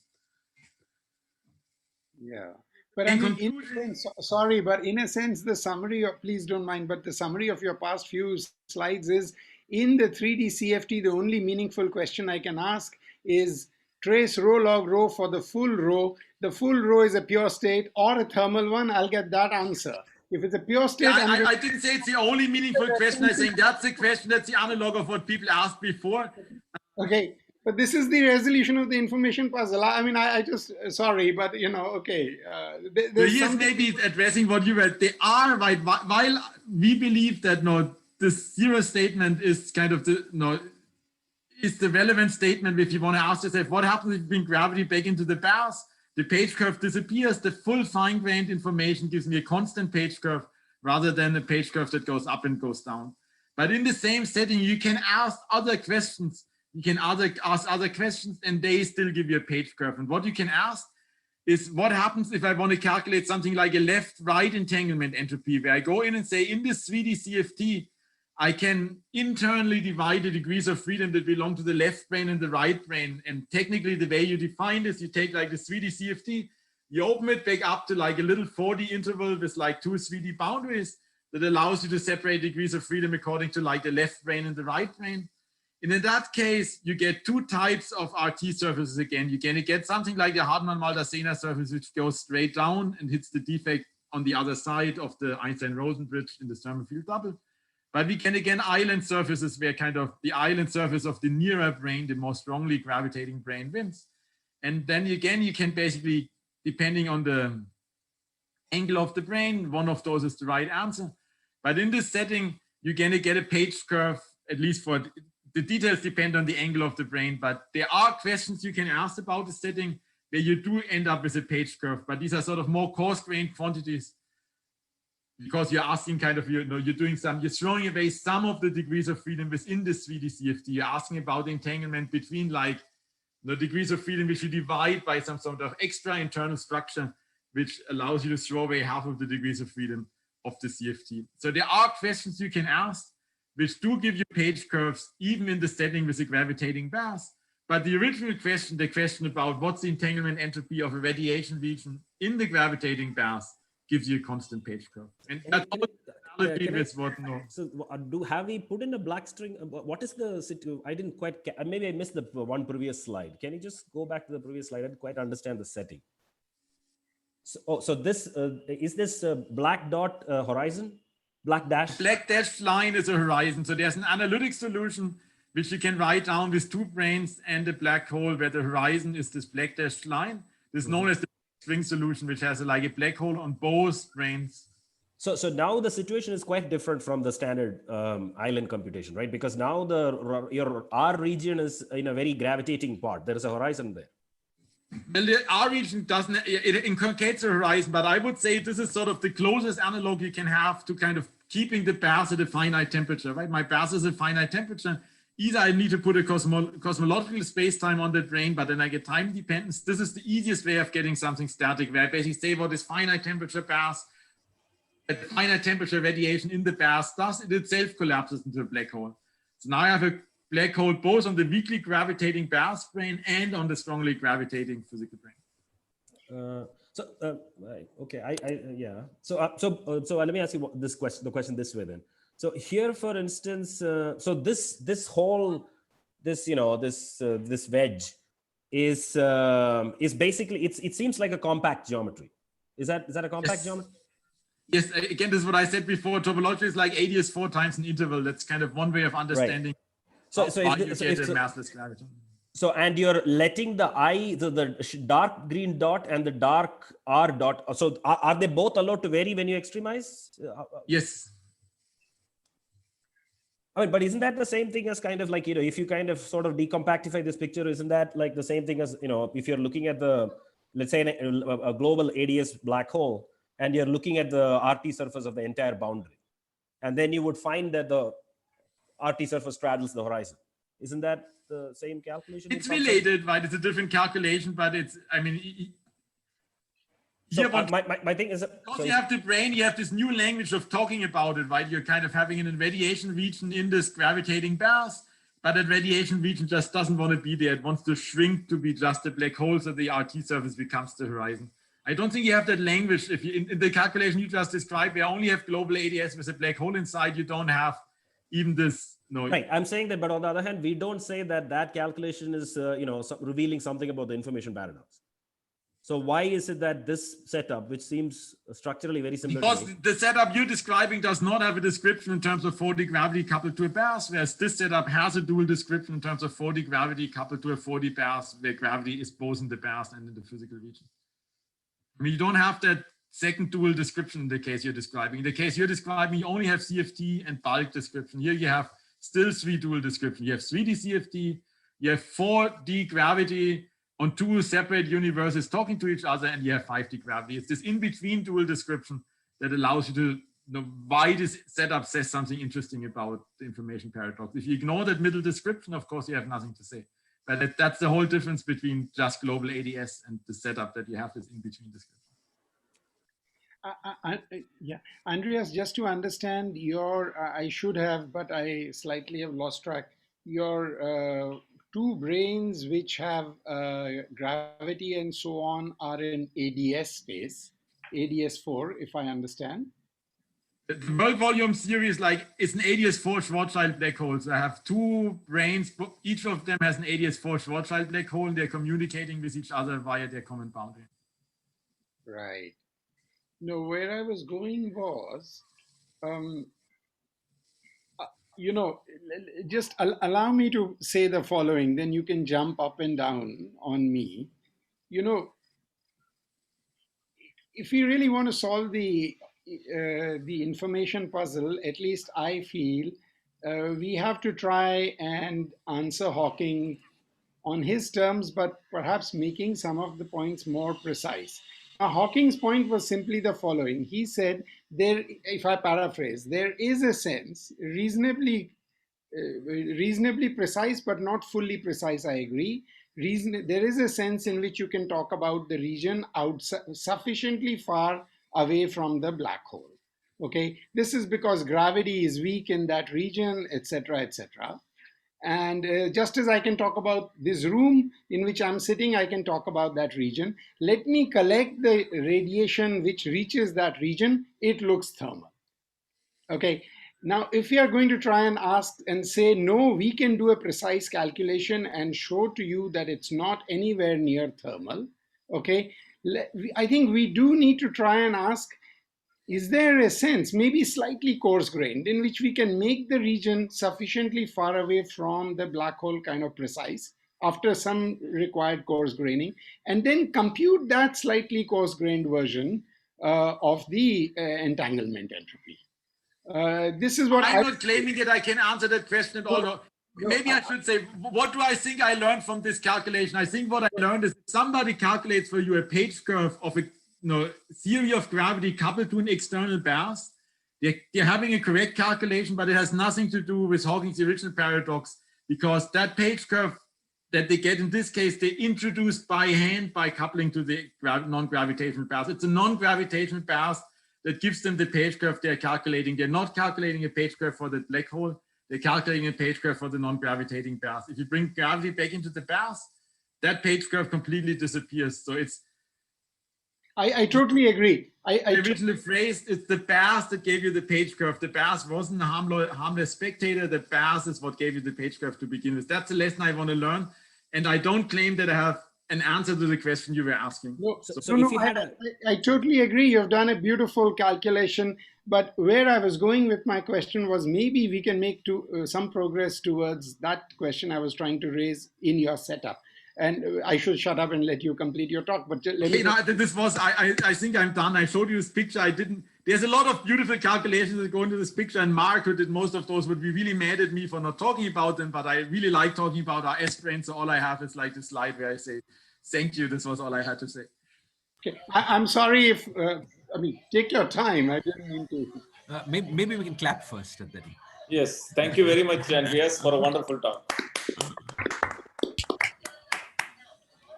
Yeah, let's have some more questions. Now, just to come back for a moment, then others should say. But my question was, Andreas, okay, in a sense, let me ask it. In case we had asymptotically flat gravity on your brains, okay, somehow, and then we can come back to ADS. But suppose you had asymptotic 4D gravity on your brains in a setup where you had embedded things in 5D. Now I can take the view that at least I can go, I have some black hole and so on in the center of ADS of asymptotically flat space on the boundary, and I can go sufficiently far away from that black hole and locate some region in the same spirit as Hawking would have done. And I try to anchor the ends of my RT surfaces there. I agree it's not 100% precise because it's a theory of gravity and I'm specifying the region maybe by some area of a sphere very far away from the black hole, but I'm willing to for a moment live with that kind of imprecision. And if I do it, what answer would I get then? In other words, the beauty of your 5D embedding is that things become classical, and I might be able to raise the imprecision required in a more right. So doing this with critical branes is very interesting. There's actually somebody on this call here, Chetan here, he wrote a paper on this. So I have very little to say about what happens if you do asymptotically flat space rather than ADS4 space. The system becomes more complicated to study because you have to somehow deal with this back reaction that the brain will start moving, but you should ask your local colleague or your I guess your neighbor from Bangalore rather than me. I don't know what happens. Could this be related to the fact that, even infinitesimal weak coupling to gravity, you said it changes the dynamics of the boundary completely. It does not let you anchor the RT surface anymore. Right? That's what I would say. So this is what I was talking about. A very small change. Newton's constant going very close to zero is like a discrete change. You said. I think this is related because one should be able to think of very weak gravity as a rigid theory. But Abhijit, all I'm saying is, it's not as if Hawking's question was meaningless. Okay, just because we have weak gravity in the room I'm sitting doesn't mean there is no clear sense to the fact that I'm sitting in this room and I'm far away. Yeah. That's what I am saying as well. Yeah.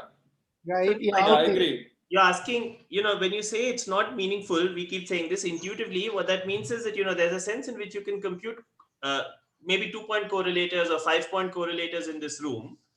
And those correlators are not affected by the fact that there's a Sagittarius A star sitting somewhere in the middle of our galaxy.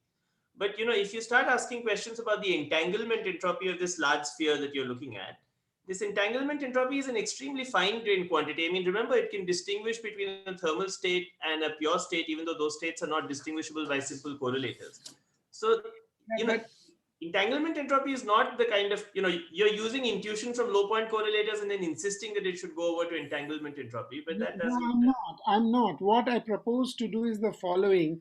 Using, if you like, low point correlators, let us come up with some notion of approximate fine graining.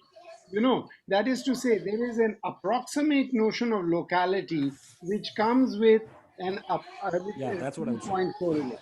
Now, use that notion to ask how much can we make, using that notion, can we make precise a question of how much von Neumann entropy there would be in some region? I think there might be a way to make progress on this question. Okay. I think even on Scribe Plus, there is a way to do this. I mean, you know, which we actually discussed in the original paper as well. You know, you can throw out systematically certain components of the metric. And if you do that, you do expect, at least, you know, under certain assumptions, some kind of page curve for the radiation on Scribe Plus. But that happens after you throw out certain components of the metric. Certain components means one component, right? Yeah, you have to throw it out at every point. Yeah, so you throw out at every U. You have to throw out. Yeah, I mean there are only 3 components. You keep all the news curves, all the news operators, but you throw out just the mass, right? Well, you have to throw it out at every point. So I mean, I understand. Two operators and one mass. So you throw out one of the 3. But you're keeping a lot. You're keeping everything that a radiation observer would say. Yeah, and you throw out the mass, correct? But it's, I mean, I'm just saying there are a discrete number of components of the metric of which you throw out one. I mean, there are 3 components of which you throw out one in some gauge. So, anyway, but can I just say one thing, Sandeep? But you know, the thing is, if you throw this out, you will get a page curve. And if you insist that you want to see that, you would see a page curve. But the real question is, why is this a natural thing to do? If you're an observer far away, you can measure one component as well as any other component. So, you know, I mean, one could do, if you insist that the answer is a page curve, you keep the answer fixed and change the question, then there is a question one can ask. You know what? Now I have to understand better, although I should have, the component you're throwing away. But what I'm trying to look for is some approximate notion of fine graining, if not exactly, which corresponds to an approximate notion of bulk locality, at least far away. Then what one would like is a calculation, an approximate calculation that shows the entropy going up and up as per Hawking, and a refined calculation which shows it coming down. If something like this can be done, I would say, okay, we made progress towards understanding the black hole question. Okay, don't mind my putting it like this. Now, my question is to you if you throw away these news operators, if I understand, throw away the others. Keep all the news operators. I see. I'm sorry. Keep the news, throw away the others. Is there a sense in which, you know, Hawking's original calculation shows the entropy going up and up, and a better calculation shows it coming down? Okay, that's what I would like to ask. There is clearly an approximate calculation Hawking does in some way, which shows the entropy going up and up. That should be the starting point. Then can it? Okay. I think you're asking for a third requirement. You're asking, of course, there is a sense in which you could take news operators and then say, let me restrict myself to 20-point correlators of news operators. So I won't even consider all point correlators of news operators. And then the calculation would just go up and up, and that's really what we call the thermodynamic entropy. It's really coarse-grained. And then it would go up and up like Hawking's calculation. And then you could start including more and more correlators of news operators. And then at some point you would see the page curve. But in all of this, you know, it's still fundamentally constrained because you didn't keep track of one other constrained degree of freedom. So yeah, I had a question about this picture. Go ahead. If I can. So in this picture, so if the black dashed horizon was not attached to the theta 2 brane, then I think it would be a little bit more similar to the calculations that people have been doing, and there will be a gravitation on the sink, and also and I think this is a way in which also one can separate the connection, you know, whether there is any significance to the mass of the graviton, and whether the gravitation on the brane is what is significant. Because but I think you will have to solve PDEs. Yes, because it will become time dependent, right? Exactly. Yeah. Our simplest way of getting something that we thought is close enough to the situation we want to. you come up with a new time-dependent gravitational background. Right, and I think that the current setup, it's not what you're somehow. I feel like you're saying that there is no information paradox rather than there's no information paradox. This calculation resolves. I would say. Would you agree with that? There is no information paradox is your answer in some sense. Yeah. Okay. Fair enough. So just to follow up on perhaps the kind of things. In this calculation, the one that I didn't really talk much about, here you would have an information paradox if you calculate the left-right entanglement rather than the entanglement of a radiation region. So you calculate the entanglement entropy when within this 3D CFT you separate degrees of freedom to the left and right degrees of freedom, or roughly speaking, if you calculate entanglement entropy you get when you trace out one entire brane and keep the other entire brane. So this you have. So the left-right means is it so you're basically using the vertex? Is that the? So I have this 3D CFT, but I can separate this 3D CFT. It used to be like two boundaries of 4D intervals. So I separate basically degrees of freedom associated with one boundary from the degrees of freedom associated with the other boundary. Okay. Sorry, Andreas, just to follow up on perhaps the spirit of Sandeep's question, in the thing about your five-dimensional setup is that its boundary is three-dimensional, and therefore there was no question to ask, right? Whereas the thing about a gravitational radiation in flat space, let's say you take a five-dimensional flat space, the boundary is four-dimensional on Scri+. And so naively there is a question to ask. Right, you could naively ask about the entanglement entropy of the early and the rate, of one part of Scri+ and the other. And that seems sort of similar to your splitting up of your 3D boundary into two parts. So it's so my understanding is you get a similar answer in that case, right? In that case, you get a page curve back. That's I think what Subrat. What I think Subrat will want to say is that if you ask that question properly, you won't get a page curve, but if you ask it in some slightly wrong way, you'll get a page curve. In a coarse-grained way, we don't call it wrong. It's like a slightly coarse. Fine, exactly. But it seems to me that in your setup, it was clear from the dimensionality that there was not going to be a question to ask. Right? And so, here, I show you here's a question to ask. It's a different way of slightly coarse-graining, where I throw away half of the degrees of freedom on my 3D CFT. No, but there's no analog of what you would call a good question, a fine-grained question to ask. Right? On the other hand, in the asymptotically flat space case, though Subrat has given powerful arguments, a skeptic might still think there is a fine-grained question to ask, which is giving the entanglement entropy of one part of Scri+ with the other. So that is not addressed here because the dimensionality was different. Right. So you would be saying the analogy is perfect, right? The fact that for him the non-gravitating region is like Scri+, and for me it's just some boring three-dimensional. Yeah, I'm saying that there was nothing to divide in time. So there was. So what you're putting too many words into my mouth, right? What my original goal was that I set out to you is kind of asking what happens if you put gravity back into the bass in this calculation of you calculate a page curve in ADS coupled to a non-gravitating bass, and I think the statement is still that the page curve disappears if you put gravity back into the bass. And you tell me this was sort of obvious because I threw out the baby with the bathwater, and I would completely agree with you. But now you're asking is this kind of how much can you learn from this about asymptotically flat space, and then I'm not quite sure. Yeah, perhaps I could ask the question. Suppose for your fine-grained question, suppose you got any answer but the one that you did from your bulk calculation. Wouldn't that just be an inconsistency? Right. Yes, that's absolutely true. Okay, so then that didn't really need a calculation except to check the consistency of this RS way of thinking. That's right. I mean, it's sort of trying to understand what it means to bring gravity back into the bass and seeing that it means that the radiation region will adjust itself, and it will have to do so because otherwise you get an inconsistency. Yeah, it's really nice to see it working in detail.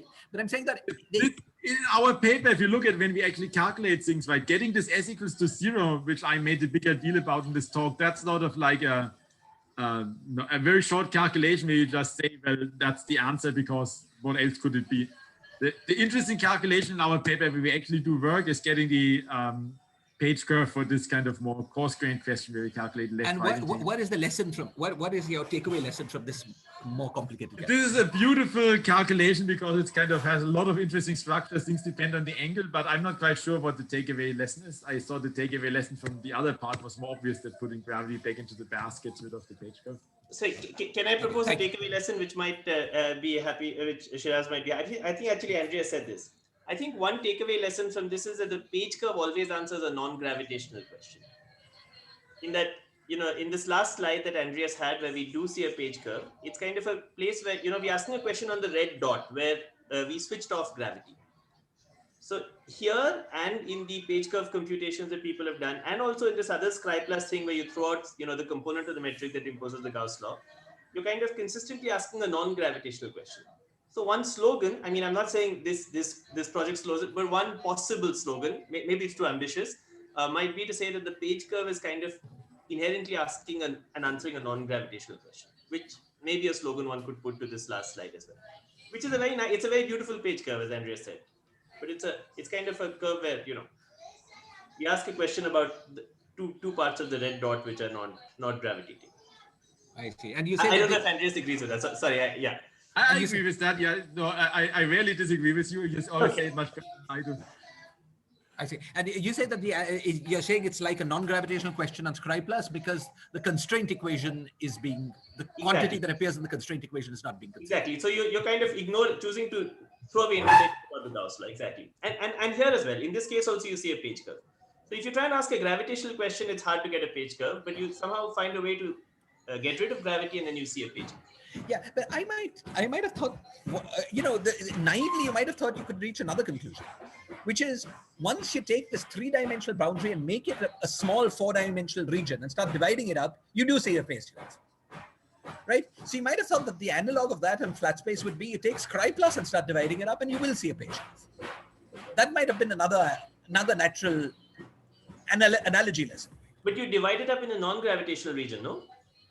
Even Scri+ is non-gravitational. Yeah, but there's a Gauss law constraint that you're imposing on Scri+, which is important. Here there's no on this boundary. If you take these defects and you separate them, which is how Takenagi says it, there's no Gauss law constraint in the states. Yeah. But maybe this also answers the question Abhijit was asking. When you take G goes to 0, you have to still be careful of imposing the Gauss law. I mean, as all of you know very well. Yeah, but Subrat, we ignore the Gauss law by saying that one operator that you would solve for by using the Gauss law is not part of your observables because you've solved for it. Yes, you could say that. So then it's not really ignoring Gauss law. But that's like saying that you can't measure the electric field at one point, right? Because you'd say that, I solved for some operator in the Coulomb gauge and now the electric field is not an observable because, I'm not allowed to measure it. Yeah, I'm just saying that we're not ignoring it in the sense that we're not doing anything wrong. It's not keeping states that don't obey the Gauss law. Yeah, you look at those states, but as you say, you choose to not look at the electric field or not. I understand. I mean, and you made great points on this, but I'm just saying that the analogy. Okay, fine. I'll stop. Yeah, right. But so one question about this slide. So you say that in this slide you take the 3-dimensional boundary and you split it into 2 with a 4-dimensional interval. So first of all, I don't understand how does one divide a CFT into 2 degrees of freedom? I mean, presumably, perhaps what you are doing is coupling them and and then a new CFT results or something like that. And so the way the 3D CFT living on the dot, the way you can think about the 3D CFT on the dot, you you can do this with like supersymmetric series n equals 4 supermills. And you have 2 boundaries which kind of have like a stack of NS5 branes. So you have like the boundary condition is highly non-trivial, right? You have 40 n equals 4 supermills coupled to like a complicated 3D CFT on 2 ends. And that is sort of that at low energies, this is governed by 2 3D CFTs because they kind of, the 4D CFT gets sort of gapped by sitting on the interval. Or in any case, you can arrange the 3D CFTs to have much larger degrees of freedom.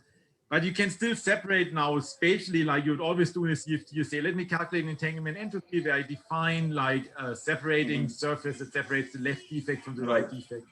So the low energy CFT that you get this way, where you take like these 2 boundaries and you kind of then shrink the interval to 0 size. There's sort of a way of, by position in this 4D space, separating degrees of freedom, the left degrees of freedom and the right degrees of freedom. Right, but if you now look at let's say gravity that is dual only to the left degree of freedom, that will turn out to be massive, right? Because the coupling would give you some anomalous dimension. Right. corresponding stress So if tensor. you look at what's happening here, there's like the graviton on both branes is massive, but these are also not really eigenmodes of the mass operator. The eigenmodes it's like we have like a double well potential. If you look at the modes which have a well-defined mass, there's a graviton which is mostly peaked on one brane. There's a graviton mostly peaked on the other brane. Right. But the massless mode is some superposition of those, and the massive mode is also superposition of those. Right. So you have a But the massless graviton which is sort of shared.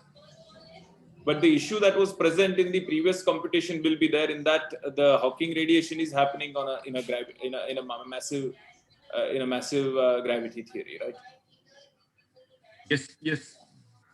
Okay. So when I said the mass is important, what I really mean by this is I think the coupling to the bass is important, and the coupling to the bass is what gave you the page curve to begin with. If you take away the coupling of the bass, then you take away, either take away the coupling to the bass or take away, make the bass gravitating, then you lose the page curve you originally had. The mass was just a symptom of this. The mass is kind of telling me, I tell you there's something really happened to the system. I couple to this external non-gravitational bass. That was crucial for the page curve. No, but ideally, the way you want to ask the question is you still want a massless gravity with the ability of separating some degrees of freedom, right? The bar degrees of freedom and the degrees of freedom that are dual to the gravity. You're saying this calculation, I get the page curve back, this doesn't really do this yet. So you'd like to see a page curve as a graviton, and you say this isn't a page curve for a massless graviton. I think Right. Okay. Thank you. Just one last, thanks, Andreas. It's been a beautiful presentation. Thank you so much. But just one last thing, which is, to go back to what Shiraz was saying, and Subrat has, of course, been teaching us, is somehow what one would like is, at least for me, is if we are going to have to coarse grain a little bit to understand Hawking's result in the first place, is a notion of coarse graining which is related, as I was trying to say, to some notion of approximate locality. Because in the end, what he was trying to say was, let me gather the radiation sufficiently far away from the black hole. It looks thermal. And this is what we've been trying to do in these papers, very beginning papers. I don't think we have the last word in it. But Subrat and Shiraz, is there a sense in which you can translate a sort of notion of approximate locality far away from the black hole to something you would do on scry plus and scry minus, in terms of not the full set of operators you may keep, but a smaller subalgebra? Is there a way to do that map? And then just to complete, if we can achieve that, it may be slightly imprecise, but if we can, and we see the page curve going up and up as in Hawking's calculation, then it could be that there are one of two answers to Hawking's question. You try to do precise calculations, but it still goes up and up because what you're computing is a coarse-grained quantity tied to approximate bulk locality. Or it could be that you do a more precise calculation and it comes down. Okay, either way, I would say I sort of get a better understanding. Okay. So I can make one comment about this. I think if you do a calculation with two cutoffs in flat space, it might be possible to relate the coarse graining scales. Okay. Two cutoffs means two separate cutoffs and try to relate them. I mean, I have not pushed it too far, but I have a suspicion that might be possible to relate the coarse graining scale, even though it won't be a very precise statement about what the, I don't want to say too much because it is probably only partially correct. But so I think that there is a sense in which the size of the cutoff is somehow connected to the fine graining, the level of coarse graining in the fine graining, so to speak, in the calculus. So I have an organizational comment. It's probably midnight or past that for Andre. Sorry, sir. So I think we should, It's 10:30. Don't worry, it's 10:30. Oh, okay. Because I'm still in Seattle. Okay. As long as he's happy. I was thinking we could release him if he needs to go. I keep up Subrat like every Monday and Friday to like 11 or 11:30, so I think he deserves to kind of. Okay, maybe a couple more questions and then we will stop. No, just if you'll just permit, just to understand Chetan, then others should, of course. Chetan, This, what was this cutoff in flat space you mentioned? Just in So I think I was just talking about this paper that I think somebody mentioned, this Xiaolang Qi and Shi Dong and a few other people who had a paper on introducing a cutoff in order to define entanglement entropy for gravitating systems, where so you, essentially, I don't think that it's a Euclidean calculation. And it's basically what they do is they subtract, it's essentially the Gibbons-Hawking idea, which is that you have a cutoff, you compute some quantities, then you subtract out the thing and so on and so forth. So that's how they define the entropy. I see. So what I was saying that, I also had a paper, it was in Lorentzian signature, which was, which is a little bit different, which is, again, introduces a cutoff. But I think the question that all of them kind of miss is that the question of what is this cutoff really doing as far as the coarse graining or the level of fine graining in the entanglement entropy that one is computing. And I think it may be possible to discuss that by introducing, multiple cutoffs in flat space and seeing maybe some suitable quantity, how does it change as you slide the cutoff. So, I mean, I have only, I have not really been able to pursue it too much, but I think there is some promise in that way of looking at things. And that might actually tell us whether it is actually a, fine-grained, what is the level of fine graining that is introduced by this cutoff. So that's, so that might settle it to some degree. That's it. Thank you very much. Can I just make one more comment, Sandeep, about this? So, there's one thing, of course, you could do, as we discussed many times, you go to Scribe Plus but throw out some constraints. But there's another thing which I think is more of the kind you want to do, which is you take some large region around the black hole and you try and define some notion of local operators. So you don't really go infinitely far away. And of course, there is a sense in which you could take like 10-point correlators or 20-point and define some entropy. I mean, in this paper with Sudeep, we tried to have some definition of an entropy of that kind. And we probably do expect that, you would see Hawking's computation because that would be like a coarse grain entropy. But then you also want a notion in which you want to see a page curve. So you want some intermediate scale where you see a page curve coming. You don't want to go to the absolute fine grain region where you get 0, but you want to go to some intermediate region where you see a page curve coming. It may be something like this exists. It would be interesting. I think one setup which I've discussed perhaps with you and with Shiraz and so on also is looking at the small black hole in ADS.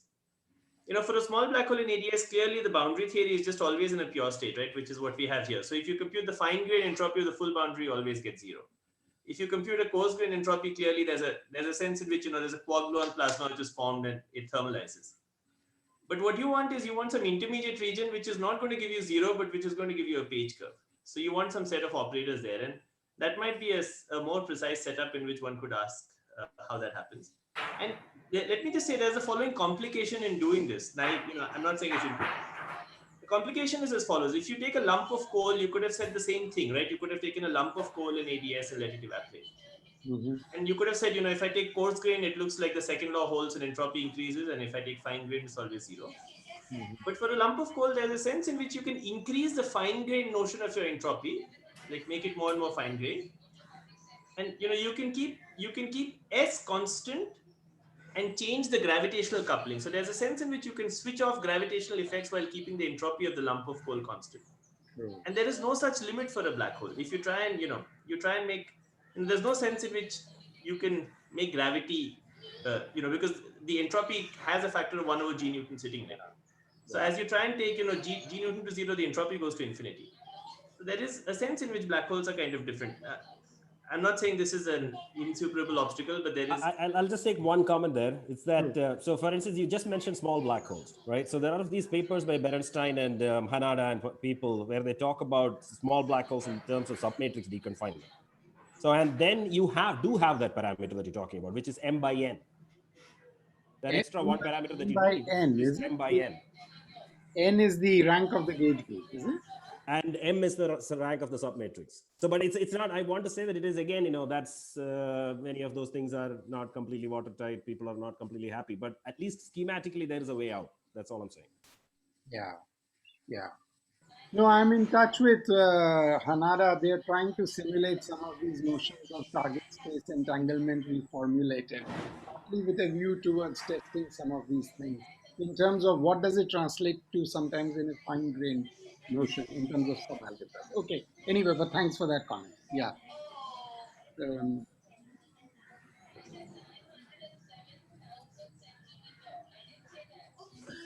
Okay, I think we should perhaps stop and let's thank Andreas again for a really wonderful talk and being so patient with all of our questions. Thanks for having me. I'm glad Subhat prepared me for this. Otherwise, I would have been a little surprised, but it was.